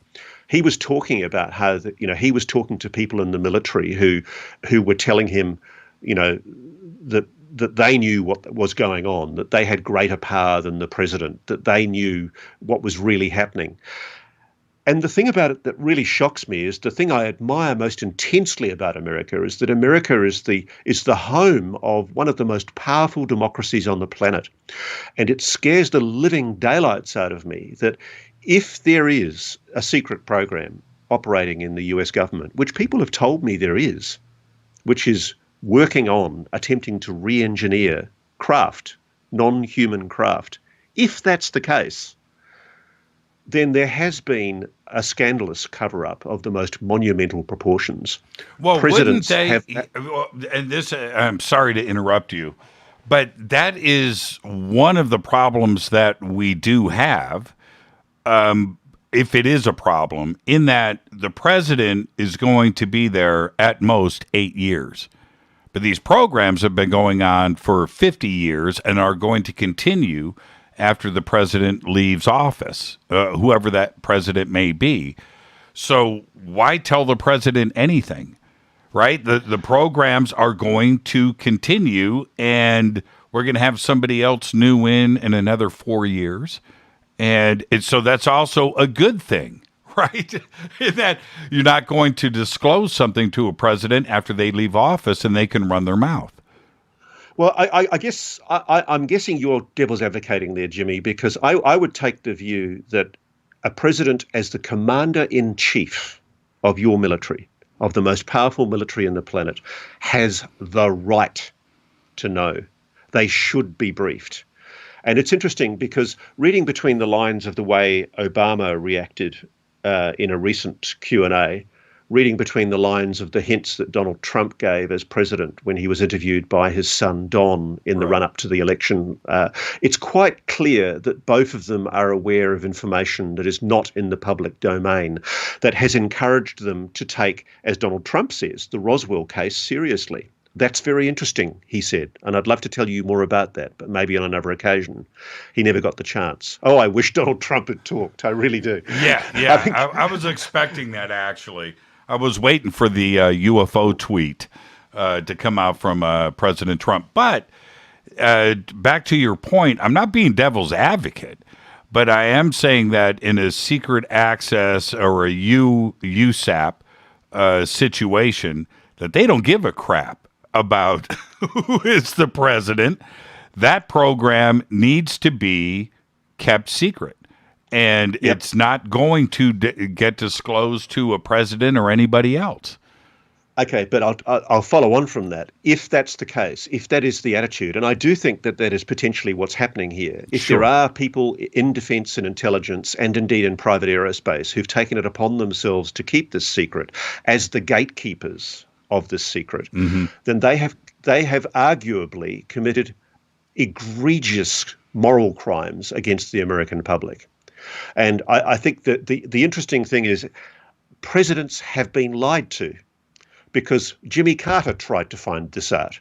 And Gerald he was frustrated. Ford, Ronald Reagan. Yes, they all stated the same things. Yeah, and so I think that there is, what's interesting is normally at around about this point when this question is asked, there's always some jerk in the mainstream media who plays woo-woo music, X-Files music, flying saucer in the background. It really gives me the shits. This is a really serious issue. Yes, it is. You know, what we are talking about here is potentially the biggest story ever. And you said, but let me jump in though. You also stated at the beginning of the show, and I agree with you on both sides of the fence, actually. But you said at the beginning, if you would lie, right? If you were in possession of this, you would lie about it, right? So, well, and I agree with both points. One of the things you might want to ask Lou Elizondo about, because I did in my interview with him, and it'll go to air in a longer form of the documentary that we made later this year. But I asked Lou, and I also asked Chris Mellon, I said, isn't this a crime? If there is this program in existence inside the US government, and if you, Chris, as a former Deputy Assistant Secretary of Defense, or as a congressional staffer on the Senate Intelligence Committee, with all the accesses that you were given as an oversight committee staffer, if you weren't allowed to be told about this, surely it's a crime. And Chris laughed, and he said, you know what? I don't think it is a crime. I don't think there is a law that says that you can't lie to the American public. And it's a really interesting issue because fundamentally, has somebody inside the American government taken the view that it's best for the American people that this technology, if it is there, be developed in the black, in secret, for as long as possible, so that it gives us, you, America, and hopefully us, Australia, as your ally, an edge strategically against authoritarian regimes that pose a real threat to our flourishing democracies? If that's the case, then great. But I don't know if it's sustainable in light of the fact that the public outrage will be immense when they learn that they've been lied to. When media, particularly mainstream media, learns. And I mean, I was gobsmacked last year, Jimmy, when the eminent paper, the world's most powerful newspaper, the New York Times, all the news that's fit to print, when it went public with a story that said categorically that there are people saying that there are recovered craft, recovered non-human materials, exotic materials. I waited for the rest of the media to go, Crikey, that's a story. That's a story. I've been screaming from the mountaintops, Ross, about that. I mean, the article, whatever. It was just a rehash of everything. Down at the bottom, that quote, attributed to Eric Davis, was probably the most important line of type in the history of everything. It was right there. Where was the journalist? Where was the guy or the girl to step up and go, hold on a minute, Eric Davis, what gives here? And it died. It died on the vine, Ross. Yeah. I don't know why after that New York Times story, and especially after so many people, so many officials, including former CIA directors, for heaven's sake, have actually acknowledged the reality of this phenomenon. I don't know why there hasn't been aggressive questioning at the White House briefings. And instead, you get this ridiculous, childish, nervous titter from journalists who really should know better, who've allowed themselves to be manipulated. And that's the thing, that was the realization I came to after two and a bit years of research. I realized, oh my God, we've been had. We in the media have been played. We've been led down the path into assuming that this is all rubbish, that we shouldn't take it seriously. When in fact, the overwhelming evidence, the historical evidence from the archives alone shows that. I mean, a turning point for me was when I started going through the archives of our Defence Department. And some of my colleagues in Australia, like Bill Chalker and Keith Basterfield and Paul Dean, they've done amazing work on this. But they've pulled out of the Australian archives documents that show incredible sightings of clearly intelligently controlled objects that experts in our defence science organisation, like a guy called Harry Turner, who was the head of defence science for a while, back in the 1970s, he pretty much said, look, we can't trust the Americans. They're not telling us the whole story. It's quite clear that there is a secret program going on. It's quite clear that they are detecting objects that are not of human origin. It's quite clear that these are intelligently controlled craft. We should be investigating these things. And you know what happened? Harry was shut down because our Air Force checked with the American Air Force. The American Air Force, yet again, shut down the narrative. And I think people should be asking, people should be saying, why the hell do we let the Air Force get away with it? They can say that there's a power that's more important than a president. They can assert that, but they are wrong because fundamentally, America is a democracy. It's government of the people, for the people, by the people. The Congress is the dominant oversight body. It controls the money.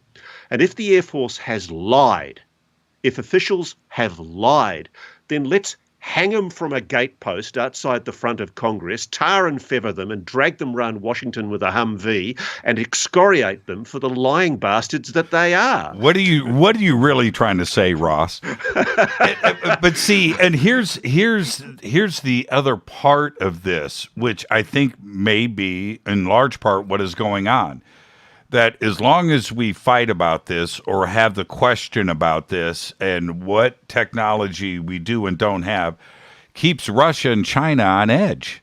They don't know what we actually have.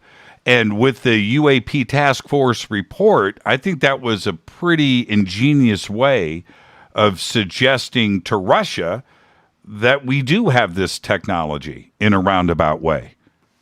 And that's one of the reasons why, even though a man of the eminence of Nat Kobitz, the guy I told you about who was a former US Navy R&D guy, other people, I've spoken extensively to people who've contacted me who purport to know about the program.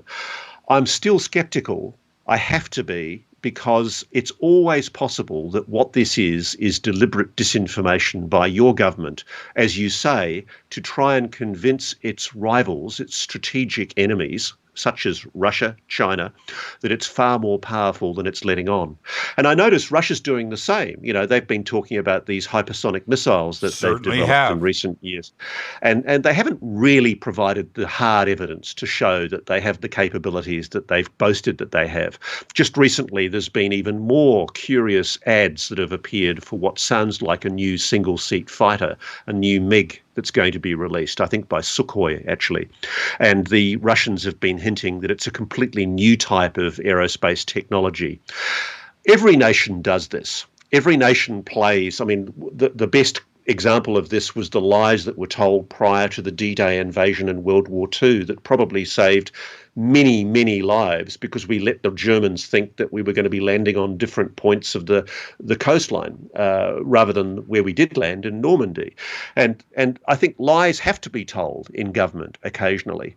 But I don't think the officials are holding on to this secret. I'm not persuaded that they're holding on to this secret for laudable reasons. I think part of the problem is the lie has been allowed to go on for so long now, and it was plausibly kept during the Cold War. I can understand why they did that.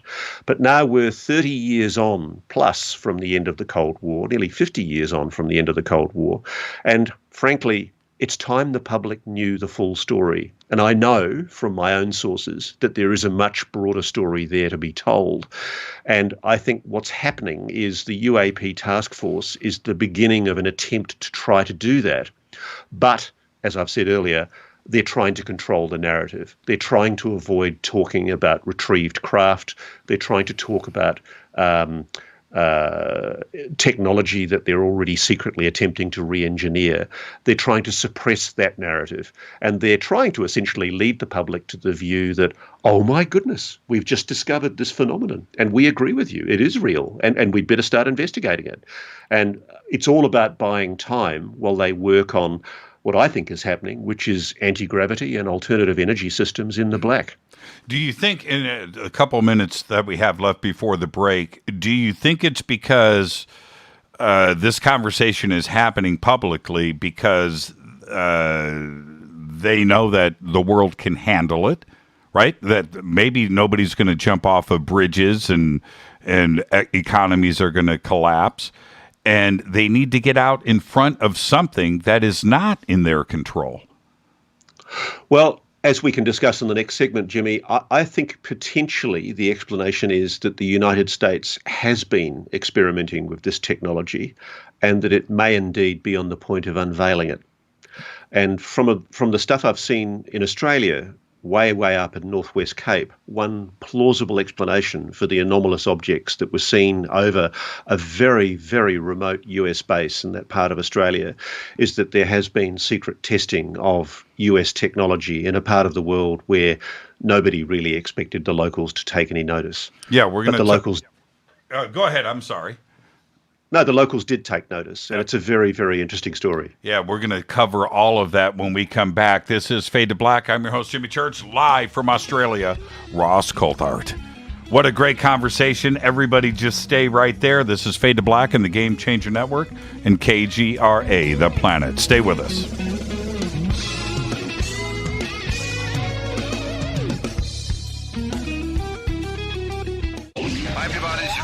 The Metal Guard on JimmyChurchRadio.com. This is KGRA Digital Broadcasting Station, Salt Lake City, Utah, Van Buren, Arkansas. Why is it we're not very good with our health regimen until it's too late? We don't put oil in the car until the engine blows up. When the body's out of balance, your health is not so good. Give your body some love. Log on to GetTheT.com. That's GetTheT.com. Try our Life Change Tea, which cleanses you from harmful intruders. A clean colon is one of the ways to bring the body in balance. We also carry organic supplements to help you get where you need to go. So do your body a favor. Log on to GetTheT.com. That's GetTheT.com. You can even visit our sales page to save some dough. Does anybody call money dough anymore? Anyway, if you're looking for short, helpful health tips, go to YouTube and punch in Health Matters Now. That's Health Matters Now.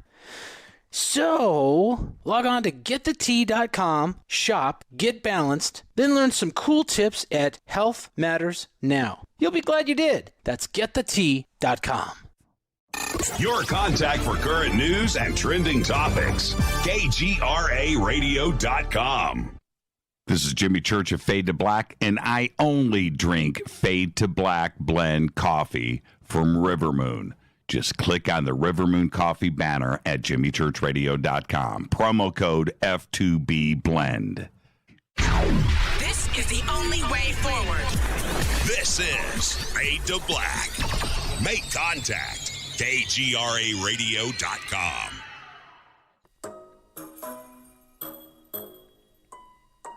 When you're in the house for longer periods of time, you can see them flying or running across the floor.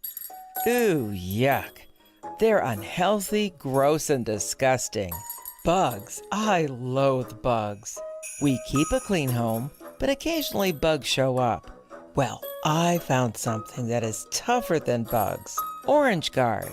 On contact, it kills hidden bugs, including ants, roaches, and fleas. Plus, Orange Guard is a residual repellent.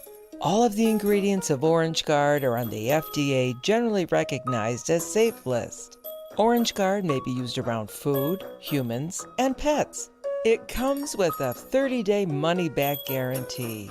Orange Guard, available at orangeguard.com, Whole Foods, and Ace Hardware. Gold loves chaos, uncertainty, and disarray. History shows us what gold does when people aren't sure about the government, the stock market, their jobs, or their retirement savings. Our national debt is skyrocketing. Gold and other precious metals are a defense measure against inflation and a stock market that might take years to recover. So what can you do right now to protect yourself? Call United Gold Group. We offer gold and other precious metals delivered securely within 72 hours. Are you worried about the stock market? We can also help you set up a real gold or silver IRA or a 401k. Safe and secure. United Gold Group makes gold ownership affordable. Call now and get up to $2,500 in free gold or silver with a qualified IRA. Call 800-753-8534. That's 800-753-8534 or visit unitedgoldgroup.com.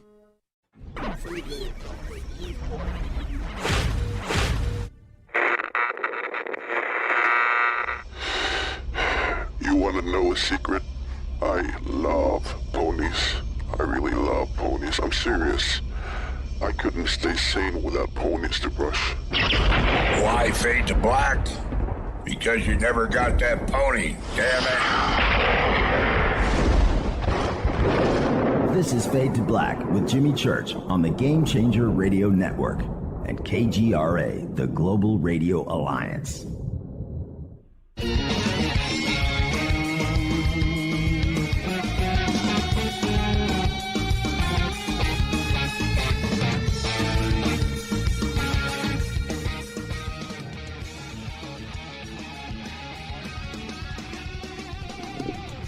I'm tweeting, everybody. I'm texting.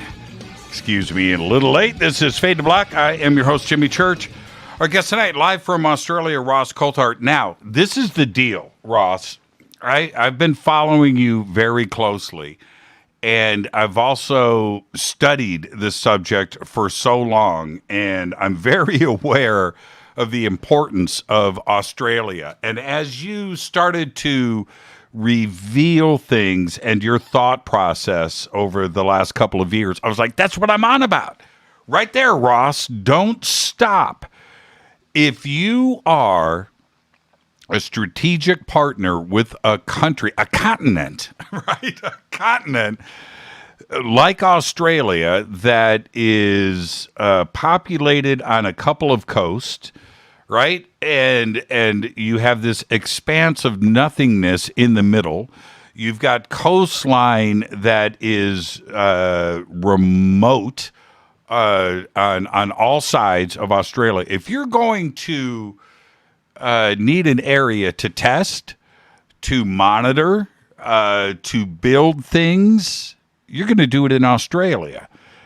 There isn't a better choice on this planet, is there?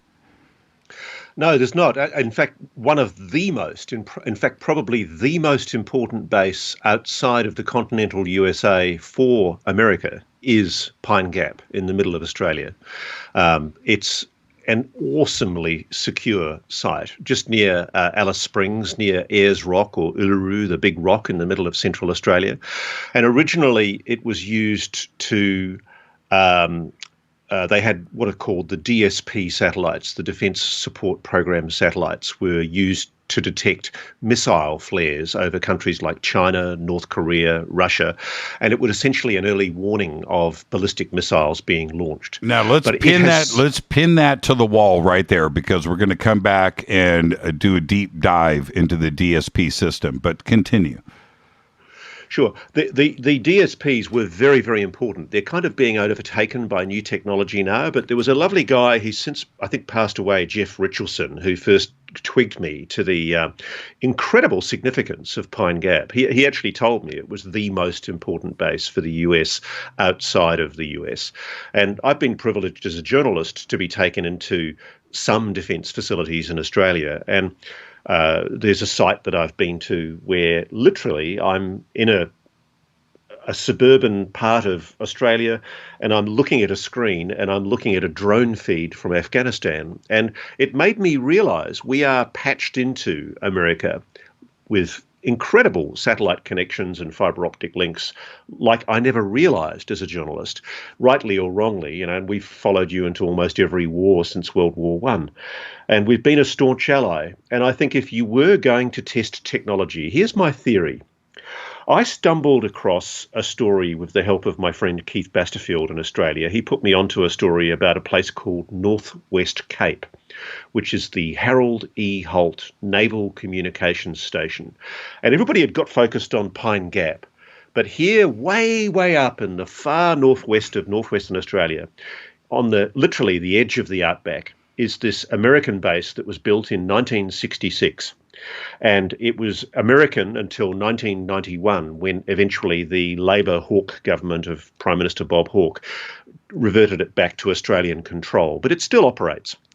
But for that period from the 60s to the early 90s, it was an incredibly important base for America because the satellite links between submarines, nuclear missile submarines, and America were not as good as they are now. And so they needed a radio communication system that could communicate with American submarines underwater. And essentially the VLF transmitter, the very low frequency transmitters at Harold Holt Base, which rise hundreds, it's a weird looking place, they rise hundreds of meters into the air. And it's like a big hexagon. A lot of people have attached some religious significance to the fact that there is religious significance to that, Ross. It's incredible. It's a beautifully designed base. Yeah. And anyway, in 1973, there was the weirdest incident that took place over this base, and it's recorded in archival documents that were provided by sightings witnesses to the Australian government, to the Australian Air Force.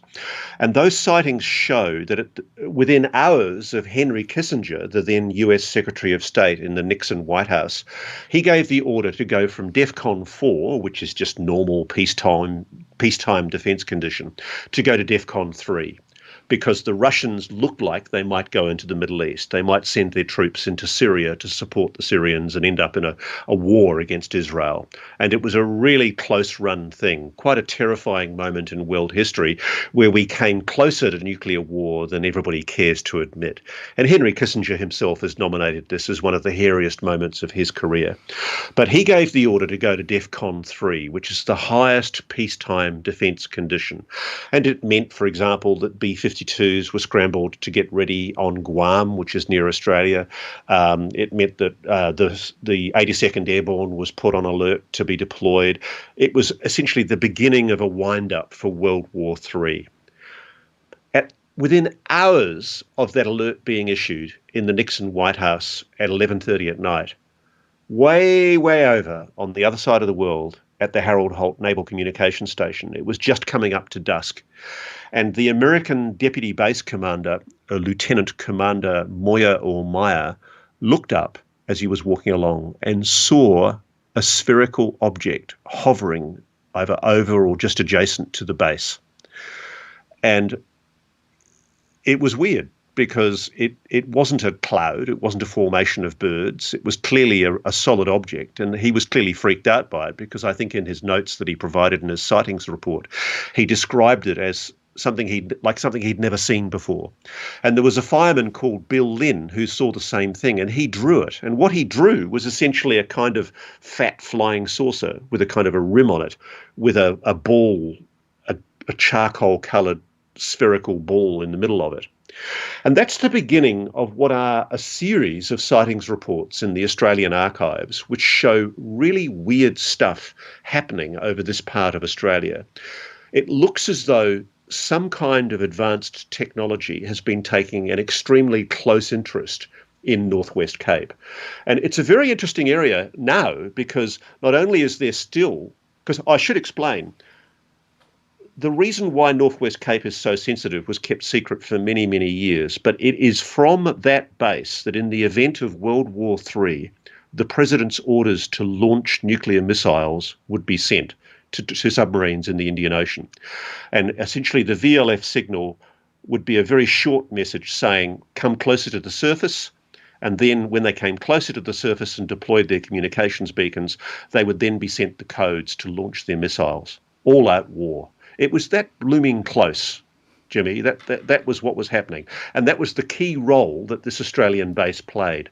And again, as my friend and colleague Robert Hastings, the best expert on UFOs and nukes anywhere, has explained, this is a clear example of the definitive link between UAPs and nuclear weapons facilities.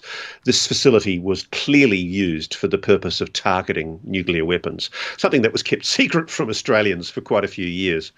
But since then, there have been Special Forces soldiers who've seen weird black triangles hovering over them during exercises.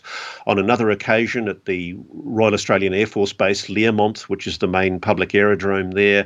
An SAS patrol, our elite commando squadron, looked up and saw a sphere hovering over the airport there. And then one woman I tracked down, a woman called Annie. We name her in my book. Her name is Annie Farinaccio.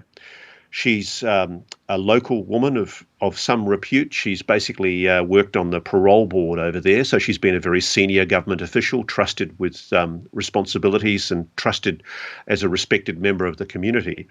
She was a young woman going out to meet some American friends shortly before the base was handed over in 1991 by America back to Australia. And she described to me, and we put this in the documentary and I put it in the book as well, this extraordinary incident that took place where she walked out of the base at about 2:30 in the morning, realised that she couldn't get a cab. So she asked around, and sure enough, two Australian policemen gave her a ride home. And so they're driving the 5 or 6 kilometres along the dark coastal road, driving back to Exmouth, which is the joint American and Australian community at that time where everybody lived. And all of a sudden, like something out of Close Encounters, the road is lit up in front of them. And the two policemen go, "It's back." And they've obviously had an experience the night before because they've brought a 35mm SLR camera and they start shooting photographs through the windscreen. And as Annie describes it, she's pushed forward when she asks, "What is it?"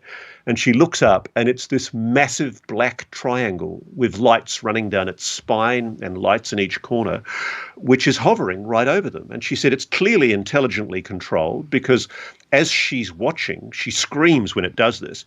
It just instantaneously goes to 1,000 feet above the car, which is traveling at about 100 kilometers an hour. And then it immediately drops down parallel with the window of the car. And it's literally hovering over the bush, over the scrub by the side of the road, keeping pace with the car. And then as she's reacting and screaming and getting very upset, it flicks up again to 1,000 feet and then comes down on the other side of the car. And it's like it's having a bit of fun. It's like it's buzzing them. And the way she describes it, it's what happened next, which really freaked her out because she pleaded with the two policemen. They were federal policemen from the Australian Protective Services who were doing the security for the base. She pleaded with them to drop her off back in town. And they did. They dropped her off at the edge of town. But they told her they were going to go and take photographs of the object, which they'd seen landing in the scrub. She thought nothing more of it until 2 days later, and this is why I think there is possibly a link to the base. 2 days later, 2 American military policemen walk into her workplace, and there are witnesses for this happening, and they ask her to come with them. And she thinks her friends, her American friends are at the base, are in trouble because they'd got drunk at the base and, they'd had a few too many. And so that she thinks, I better help my friends. She doesn't realize it's connected to the previous incident that she'd seen the previous 2 evenings ago. So she goes out with them, and she realizes very quickly that this is very strange because she's ushered into the most top secret section of the base, the area that she knows is closed off to almost everyone in the base. And there she's taken down a long corridor guarded by military policemen, and she's taken into a room. And there, sitting on chairs in the middle of the room, looking very hangdog, are the 2 Australian policemen who she was in the car with that night. And they look very, very dejected. And she sat down on a seat between them. And then she looks around the room and she realizes she knows most of the people, most of the Americans at the base, because she's grown up with them. She's gone to school with their kids. Exmouth is a small community. Everybody knows everybody, right? Yeah, and that's exactly right. And so she realizes there are people who must have flown in for this interrogation, which emphasizes its significance. There are people dressed in very high brass senior military uniform who she's never seen before, who must have come in on the C5 Galaxy that came in the previous day. And then she looks around the room and she realizes the only person she can identify is the base commander who's sitting up the back. And then she's harangued, she's interrogated, and she's told, what you saw was a weather balloon. And she goes, no, what I saw was a UFO. And she's suggesting to them that it was some kind of craft, some kind of intelligently controlled craft. And they try and badger and bully her into changing her mind and into denying that it was some kind of craft. And they didn't reckon on a tough Aussie Sheila, a tough Aussie woman. She fights back and she tells them, no, I'm not going to say it was a blooming weather balloon. I know what a weather balloon looks like, and the reason she did was because her father launched the weather balloons for the local meteorology office from his local farm. So she'd seen weather balloons, she'd launched them, she knew what they looked like. More importantly, she'd seen other anomalous objects in her life over the Exmouth, Northwest Cape area. She and her family have had some very weird experiences. And so basically, in the end, they let her go. She walked away. But one of the things she told me was that she was left in no doubt at all that they were desperately trying to shut down her interest and her willingness to talk about what she'd seen. And the 2 Australian policemen, the follow-up story for her was that she went to see one of the policemen who she knew lived in the town of Exmouth. And they knocked on his door. Her cousin came with her. And they tell a very colourful story about how they knocked on this guy's door and he opened the door and completely panicked when he saw them standing there and said, come inside. Did anybody see you come?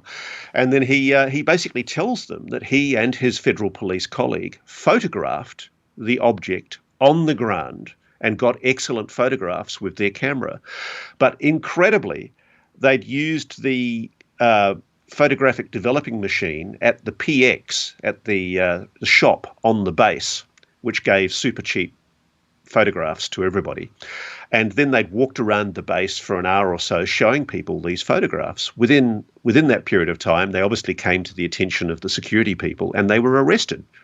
And the way they described it, these policemen, they were basically arrested and interrogated, and Annie and her cousin were left in absolutely no doubt whatsoever that there was a genuine attempt at a cover-up by the US authorities to shut down any further discussion or any further public awareness of this incident.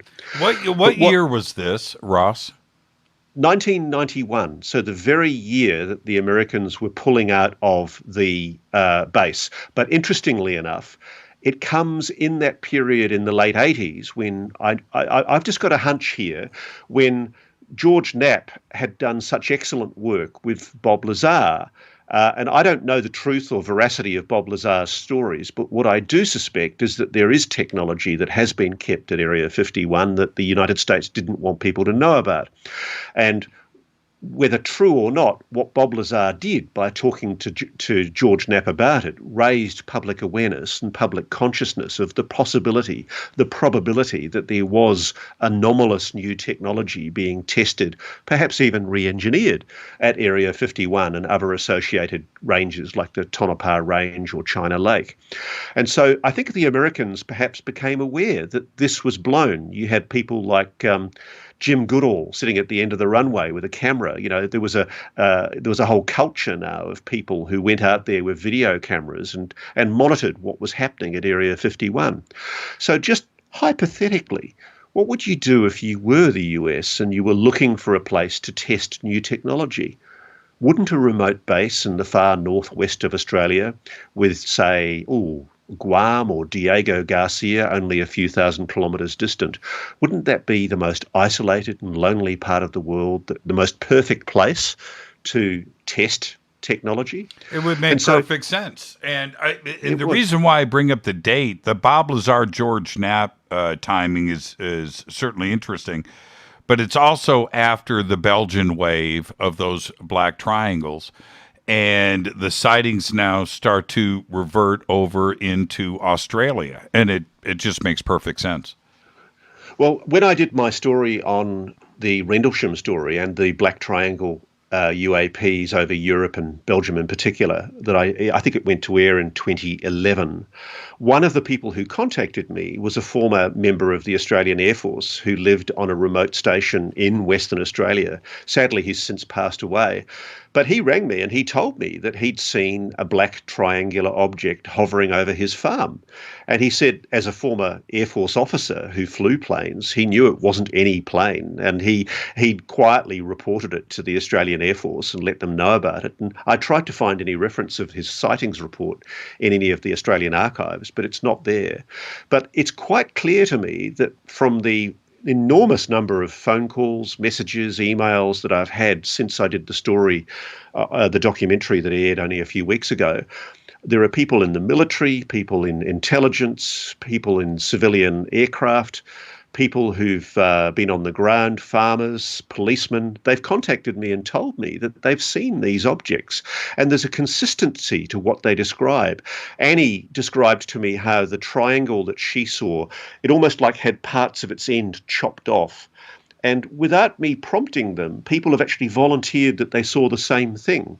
You know, one guy was a Special Forces soldier who described lying with his patrol in a sand dune late at night and just watching in awe as this gigantic black triangle with lights running up its spine, lights placed exactly as Annie had described and with the same kind of cut-off rear end. It just hovered soundlessly above them in the Australian outback. And then, as they watched, instantaneously just went and disappeared. Movements, maneuvers that are utterly impossible. Do you think that it's a mix, right? It's a mix of terrestrial technology, backwards engineered, or however we got there, and visitations from something else. And it's a great cover story too, as well, to cover our own technology, to say that it's a UFO. Well, look, I just don't know, Jimmy. I mean, the people that I've spoken to who had probably one of the most intense UFO experiences of all in Australia, the Westall story, a lot of those people are convinced that what they saw in April of 1966 was extraterrestrial. But I think it's just as plausible in my mind, especially from the way that the Australian military reacted on behalf of the Americans. There was a real attempt at a cover-up, and there's consistently been in Australia attempts to sweep this under the carpet when objects were seen, clear craft were seen with windows in them, flying intelligently and engaging with missiles that were being launched from the British Woomera launch site in South Australia in the 1950s, when the Brits were testing their ballistic missiles in the Australian outback, or later when there was testing of the nuclear missiles themselves, or the nuclear weapons themselves at Maralinga. There were objects repeatedly sighted, and these are recorded in the Australian National Archives, a bit like they are in your American archives, seen over Los Alamos and other nuclear sites like the test range, the Trinity test site. If you look it's quite well recorded that there were repeated sightings from the 1940s on in the US. Jacques Vallée and Paola Harris have just written an excellent book about the Trinity sighting. And it's quite interesting to me because when I started looking in Australia, consistently there's been an official attempt to sweep the whole thing under the carpet, to try and play it down. Right since the Second World War, there has not been an active interest by the Australian Air Force, or the American Air Force in particular, to actually engage with this subject. Now, one possible explanation is to always assume incompetence before a conspiracy, which is my favourite default. So let's assume that the air forces of both of our countries just simply don't like admitting that there is a technology that is far superior to anything we have. It can kick the butt of an F-35 or an F-22. It can basically run rings around any fighter in the world. And it's real. We know it's real. And they've known it's real. And this is the other deceit that I think is implicit in the UAP Task Force report, that, oh, shocks, wow, we've just discovered this phenomenon since 2004. It suddenly happened at the USS Nimitz. That's rubbish. If you follow the great work, the works of, say, Richard Dolan, who's done the research, or Timothy Good, go and have a look at the books that those guys have written and have a look at the history of what the authorities have known since the 1940s. What they've cited and what they've tried to cover up since that time. I mean, one of the things I'm absolutely sure of with Roswell, I write about Roswell in my book, and I can't reach a definitive conclusion about what Roswell was, but what I can reach a conclusion about is there was a cover-up. There's been multiple cover-ups. The Air Force has lied and deceived on at least 3 or 4 occasions, trying to conceal whatever it was. And I still don't think they've told the truth about what happened at Roswell. You know what? Similarly with Aztec. Let me say this before we get to the break. And when we come back, I want to specifically talk about Westall, though. So you're staying for overtime. You don't have a choice, and it's a beautiful day there. What else have you got to do? But I was speaking to Richard Dolan earlier today, and we were talking about this 17-page classified section. I'm not going to say specifically, Ross, what Richard was referring to, but he said this. He goes, Jimmy, I just wrote 30 pages about 1 year of incidents in one specific country. And we're going to have 17 pages of everything since 2004. He's like, come on, man. I just wrote 30 pages about a little country. And he's absolutely right in stating it like that. There's tons of data out there. There's tons of side. It's going on all the time in front of us. It's not a 17-page classified section of the UAPTF. And there's a great quote, Jimmy, that I like, that those who ignore their history are condemned to repeat it. And my worry is that we're going to go through the same snow job that we went through with Project Grudge, Project Sign, and then eventually Project Blue Book, where we're all quietly fed complete rubbish by the Air Force. And I think, you guys, I don't know why people aren't rattling the cage with the US Air Force, because it's been at the forefront of lies and deceit and cover-up. It has to be said that clearly. Mainstream media needs to engage urgently with this subject in the US, because it's a matter of public record that the US Air Force has presided over a cover-up. I know I'm diverting and you'll shout at me for doing this, but one of the bugbears that I have is the incredible revelations in the Podesta emails that were leaked by WikiLeaks. I mean, they're just awesome. They show categorically that for all his faults, even though he sounds like a crazy rock star, Tom DeLonge, punk rocker, he was telling the truth. He really was engaging with General Neil McCasland of the Foreign Technology Division at Wright-Patterson Air Force Base, an Air Force general, for heaven's sake, General Michael Carey of Space Command. It's mind-blowing that these guys were engaging with what transparently seems to have been a clear intention to disclose something in anticipation of a Hillary Clinton election win in 2016. We just went through 2 hours of conversation and didn't bring up Bob Fish and John Podesta. And I think it's some of the most telling. So we'll do it in a roundabout way when we come back off of the break.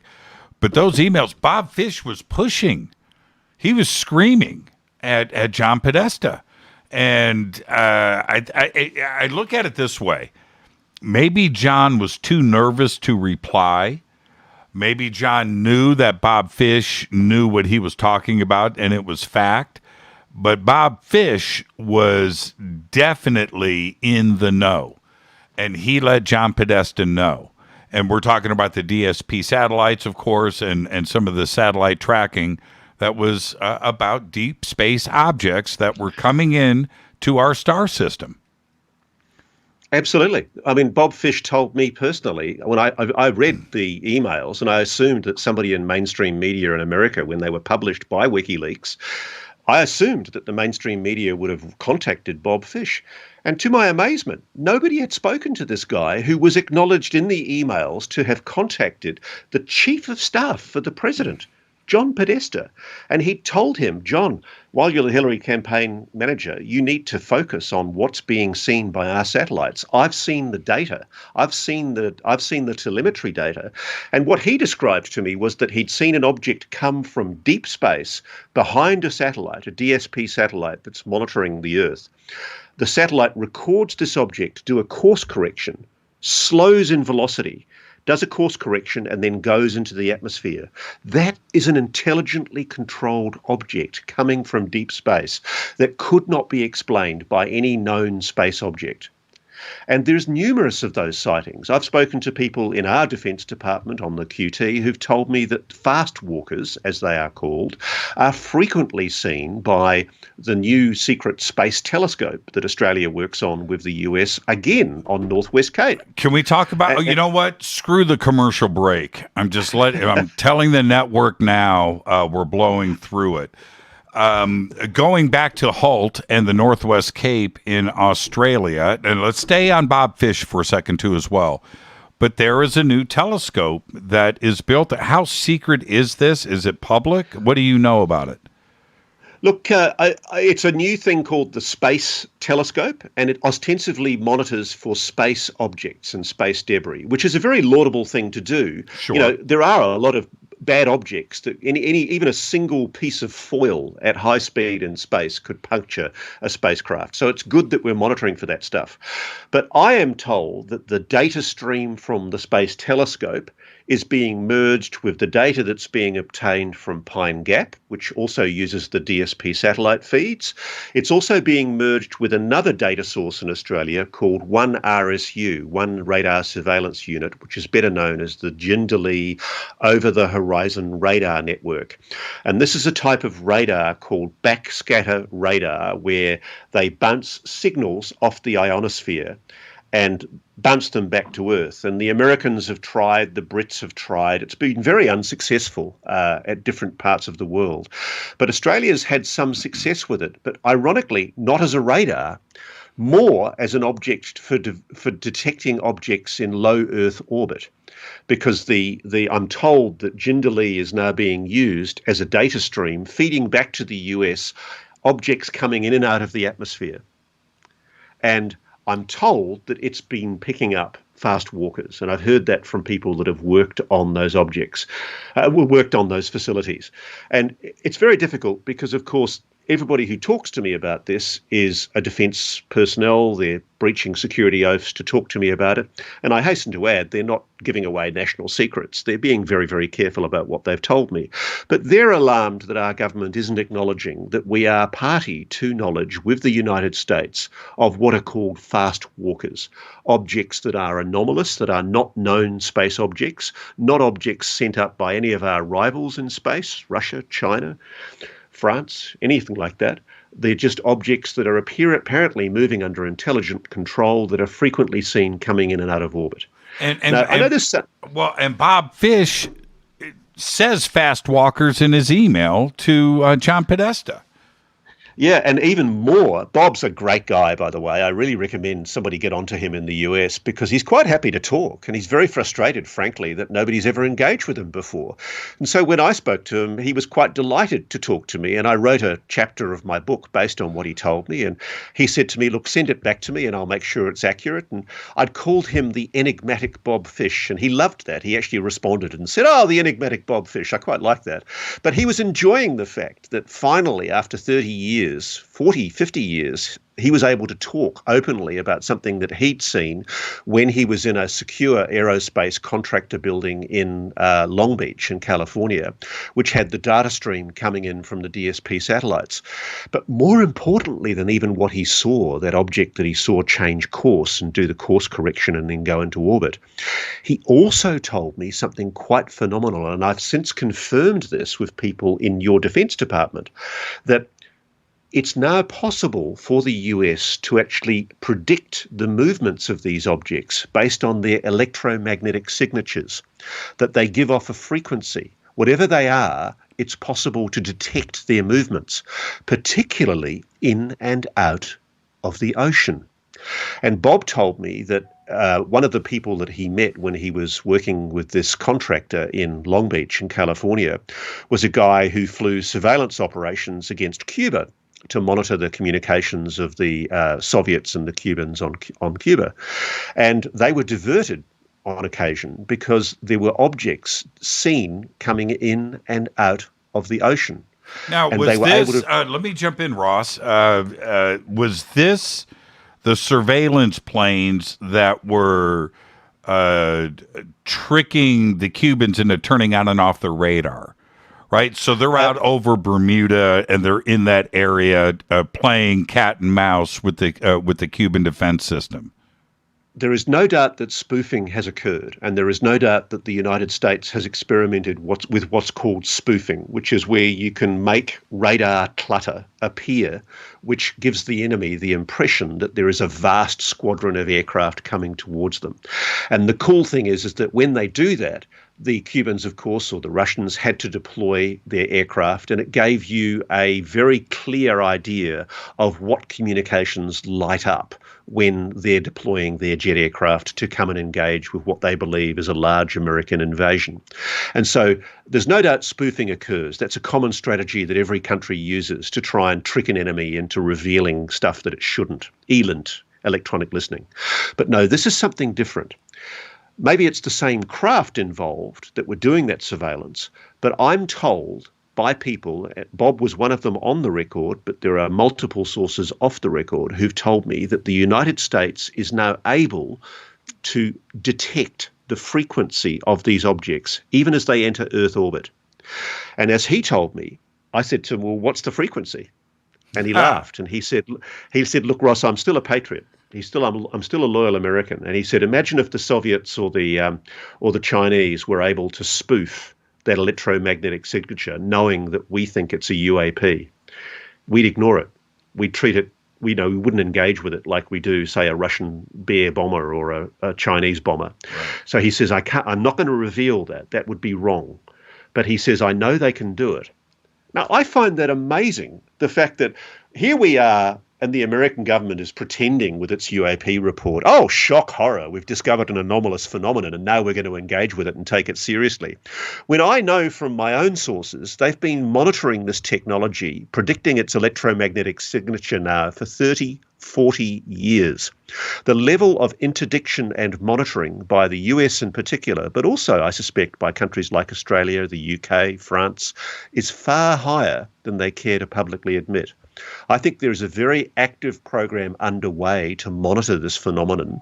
And I think that what the UAP task force represents is essentially it's a time-buying exercise. It's a fop for the public. You're being fed a line. And the reason why is because people like good people like Senator Harry Reid, good people like other senators have basically said, look, enough is enough. It's time we started telling a little bit more about what we know. And so I think it's imperative for people to keep the pressure up.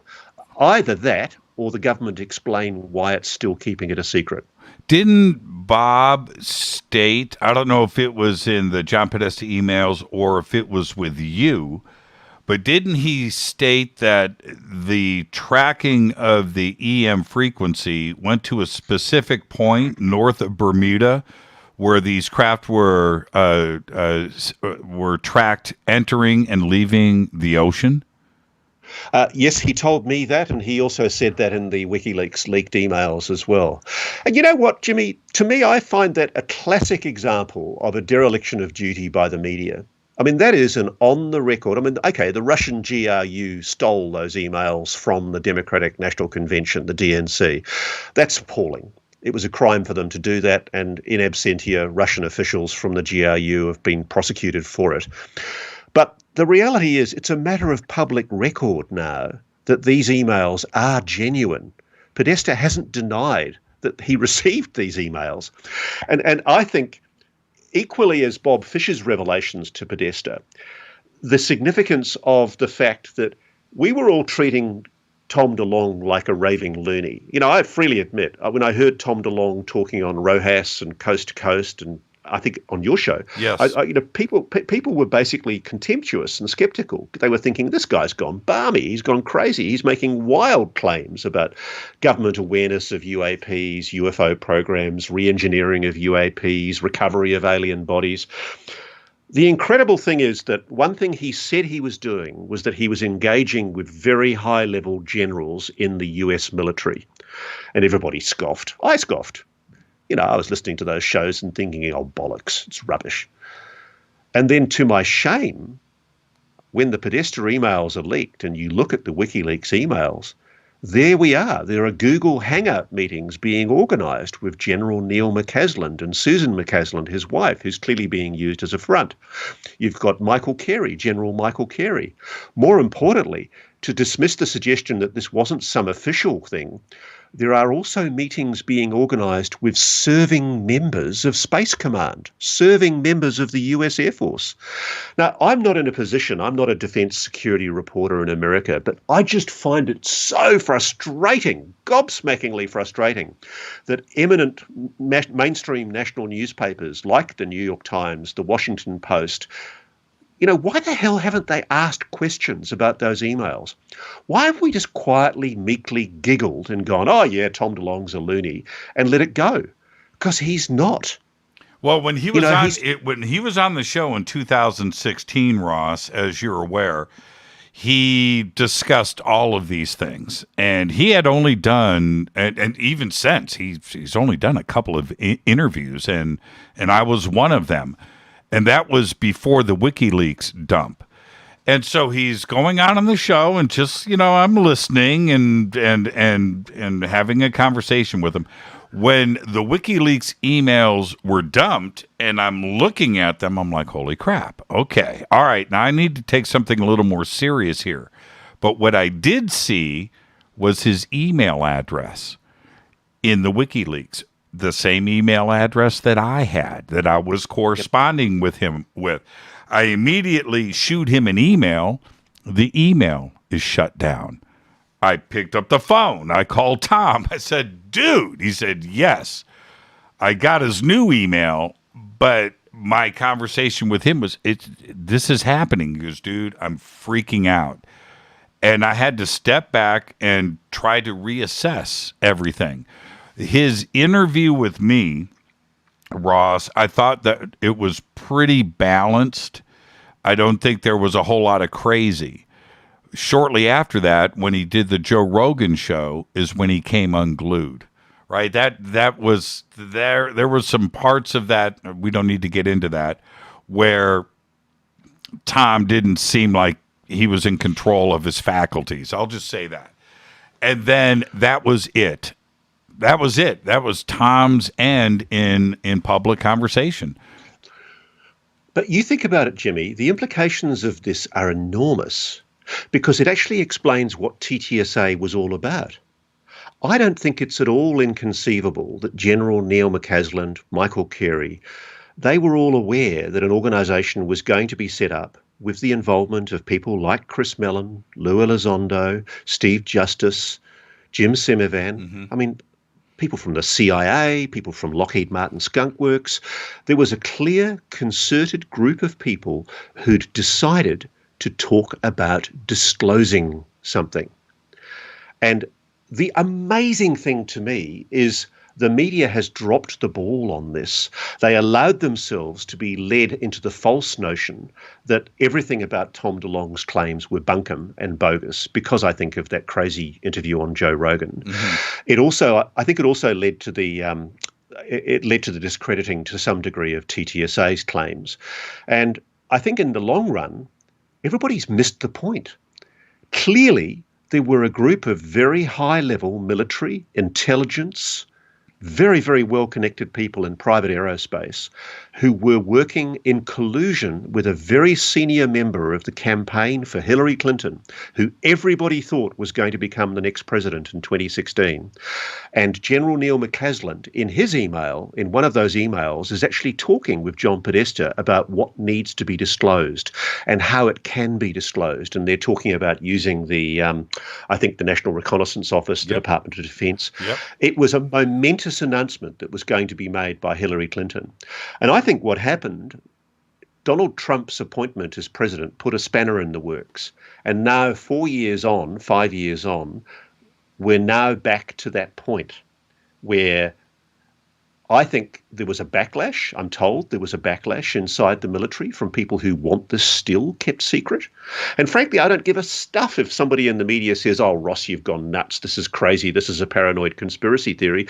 Because there's open source intelligence. This is true. That there were generals corresponding with a member of a punk rock band who was basically discussing how he was having conversations with generals about disclosing the existence of extraterrestrial life. It's mind-blowing to me that the American public have not pushed their media and their political representatives for answers to the questions that are posed by those emails. And you know, I actually personally don't have a very high opinion of Julian Assange, but I really respect WikiLeaks for the fact that it's the forum through which those emails were published, because to me they are unimpeachable intelligence. They show incontrovertibly, and I've confirmed with my own sources privately, those emails are genuine. It happened. And if you follow through and extrapolate the significance of those emails, the implications are awesome. Why hasn't Hillary Clinton been doorstopped? Why hasn't Bill Clinton been doorstopped about what they were planning to do with John Podesta? Why is everybody so nice about this? Why don't we push harder and demand to know more questions? Frankly, it's our military. Well, it's yours, actually. I'm not a member of America, but you know, you in the US, you own your military. It's answerable to you. It's not answerable to some grey general in the Pentagon. You are ultimately the people who control your government. And you should be asking questions about this, because it's truly momentous to me that there is this awesome secret that is, and I know it's there because I've spoken to people who've admitted it to me. People talk to me openly, privately about the program. They're talking to me privately about what is known inside the US defense and intelligence establishment.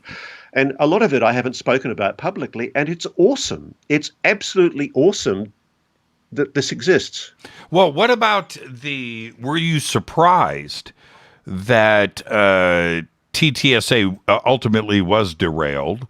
That here we are 4 years on, it's no longer important.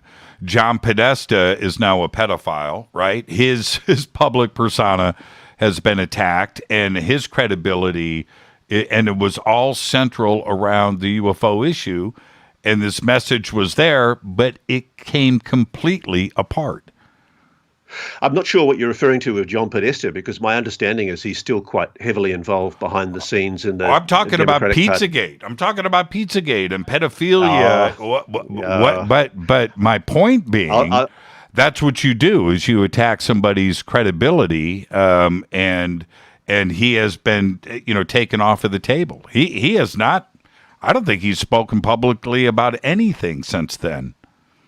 Yeah, look, he has made, he's done, I think, one interview. I tried desperately to get him when I was in the States, but he didn't want to talk. But I think he's done one interview. I think he spoke to Leslie Kane.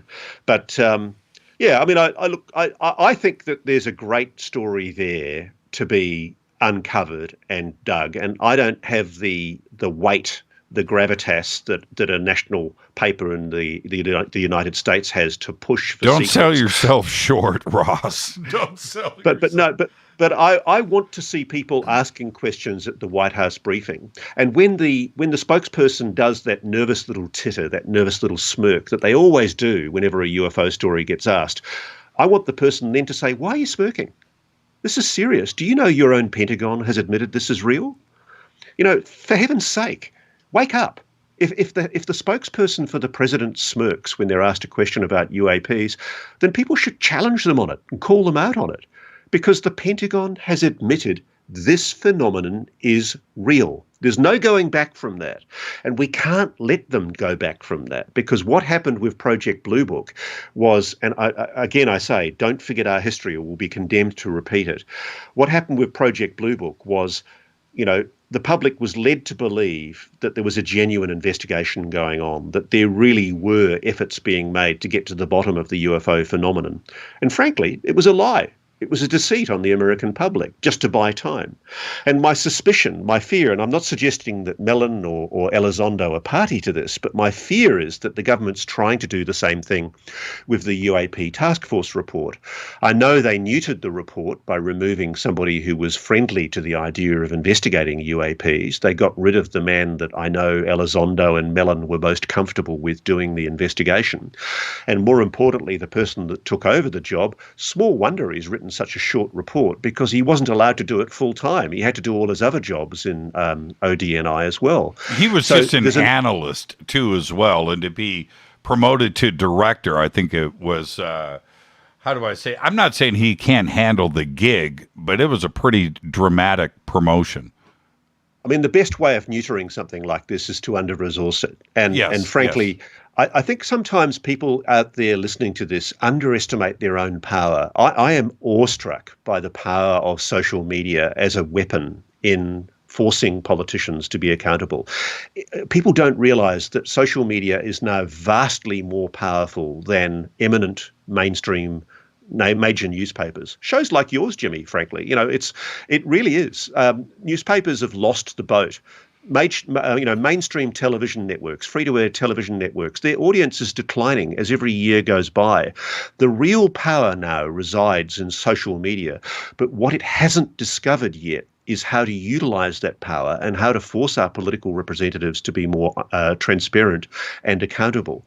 And I think one of the success stories has been the power of UFO Twitter, where despite the giggles and the snide comments from mainstream media, which frankly is going to look ridiculous out of this, at the end of all of this, mainstream media will look ridiculous because it will be shown to have completely abrogated its responsibility and to have dropped the ball, with a few notable exceptions. The real push on this has come from social media, and that's, you know, shows like yours. It's people like John Greenwald with the Black Vault. It's people pushing on their Twitter feeds saying, "Why the hell can't we know this stuff?" You know, what people should say to their political representatives. The power of writing a letter to say, what do you call them over there, your congressman or your senator, and saying, "Dear Senator, I represent 400 people who are part of a group that is interested in UAPs. Why can we not know what on earth was going on in the DNC emails? You know, what's the truth of the story? You know, why were generals meeting with John Podesta and Tom DeLonge and discussing disclosure?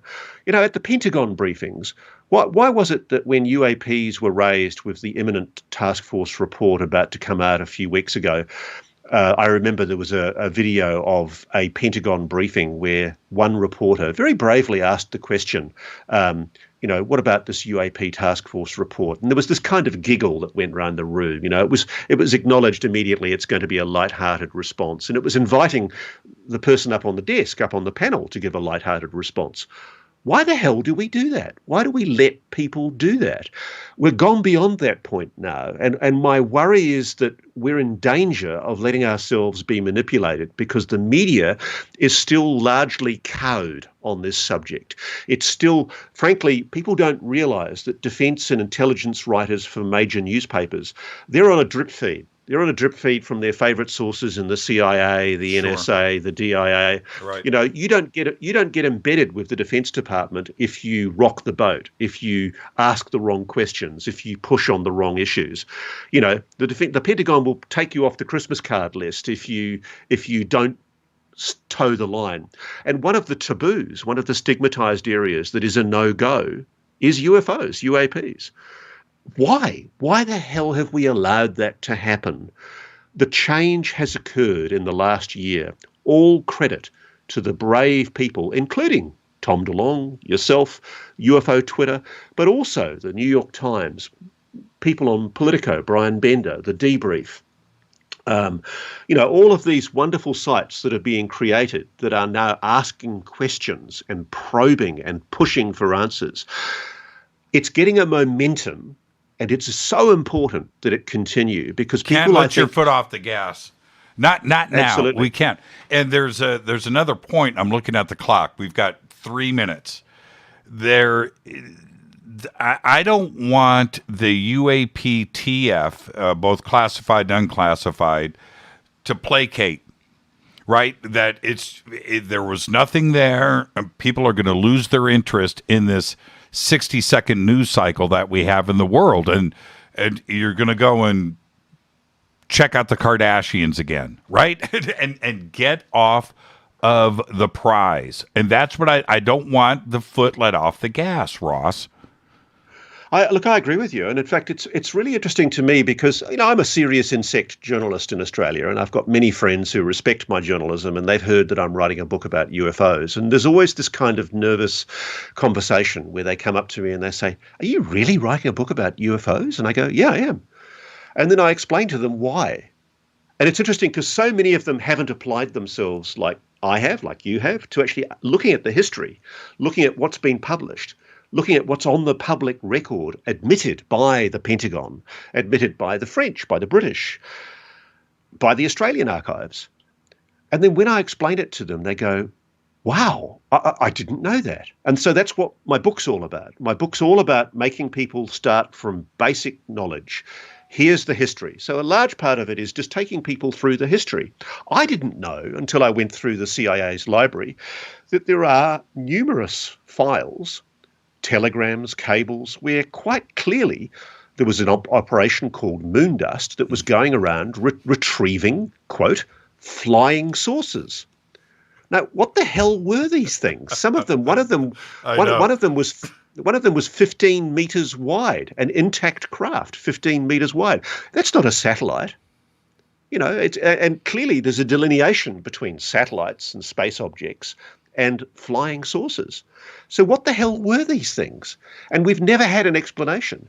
And what gobsmacks me, what absolutely just amazes me, and I've asked these questions, I've put these questions to your respective agencies and not had a response, is this deafening silence. And I think they can get away with it. I really think they can get away with it, and they can pull another Project Blue Book snow job. And maybe in 30 or 40 years' time, there'll be another J. Allen Hynek who's going, I was snowed. You guys didn't listen, you know, and you know, maybe it'll be Lou Elizondo. Maybe Lou Elizondo will be a grandfatherly J. Allen Hynek character, and he'll be saying, hey, guys, I really tried, but you guys didn't push hard enough, you know, and Chris Mellon might be saying the same, you know, and I think the thing that I'll be honest with you that's shocked me slightly is the way that people have picked Lou up on whether or not he was the director of ATIP or not. And I think it's important to be precise on details. But now that we know definitively from Harry Reid that is the case, let's move on. Let's start asking harder questions, tougher questions.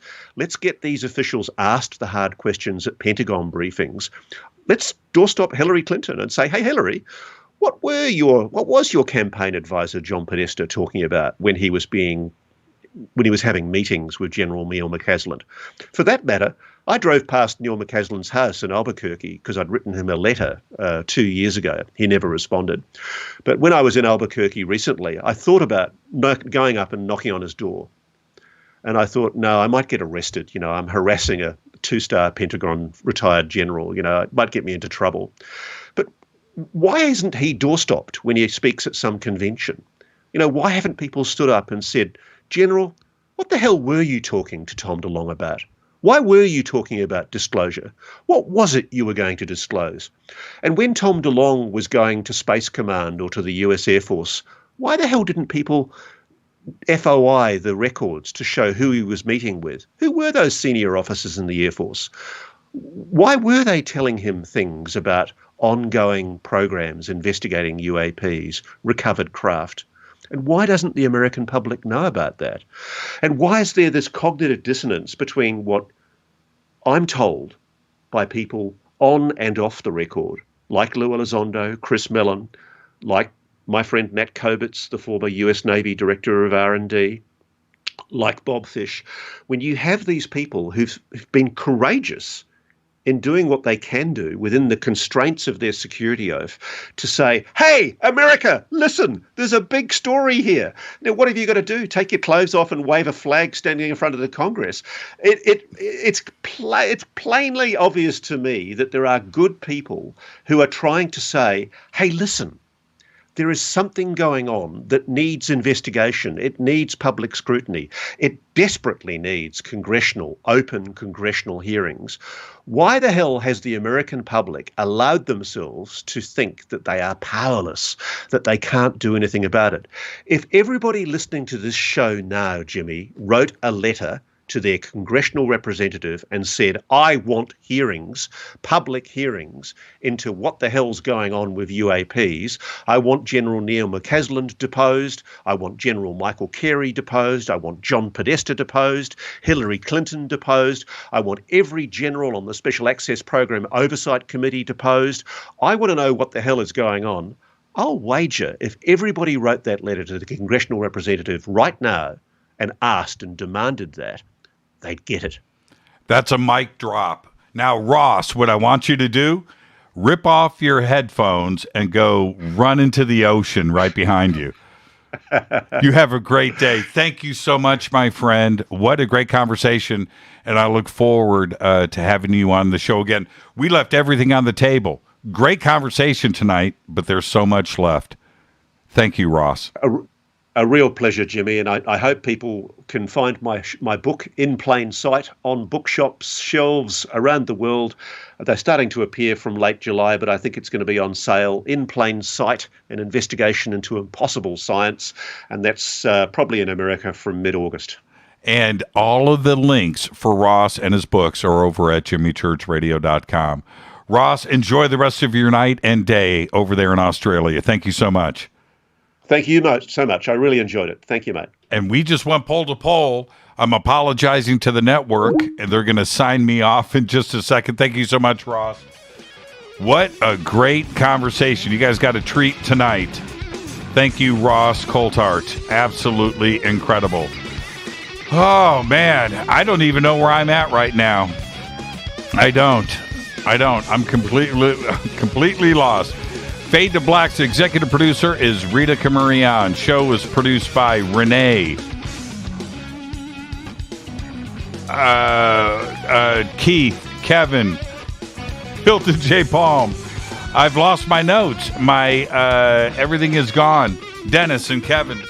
Announcers are Steve Harden, Gene Vitoa, Mark D. Kovar. What else can I remember? Webmaster is Drew the Geek. Music right now, Doug Aldrich. Intro, Spaceboy, spaceboymusic.com. Fade to Black is produced by KJCR with the Game Changer Network, and syndication is KGRA, The Planet. This broadcast is owned and copyrighted 2021 by Fade to Black and the Game Changer Network, Inc. It cannot be rebroadcast, downloaded, copied, or used anywhere in the known universe without written permission from Fade to Black or the Game Changer Network. I'm out of here. It's Thursday night. Tomorrow's Friday. We're getting ready for the big show on Saturday. Get your tickets now. I'm your host, Jimmy Church. This is Fade to Black.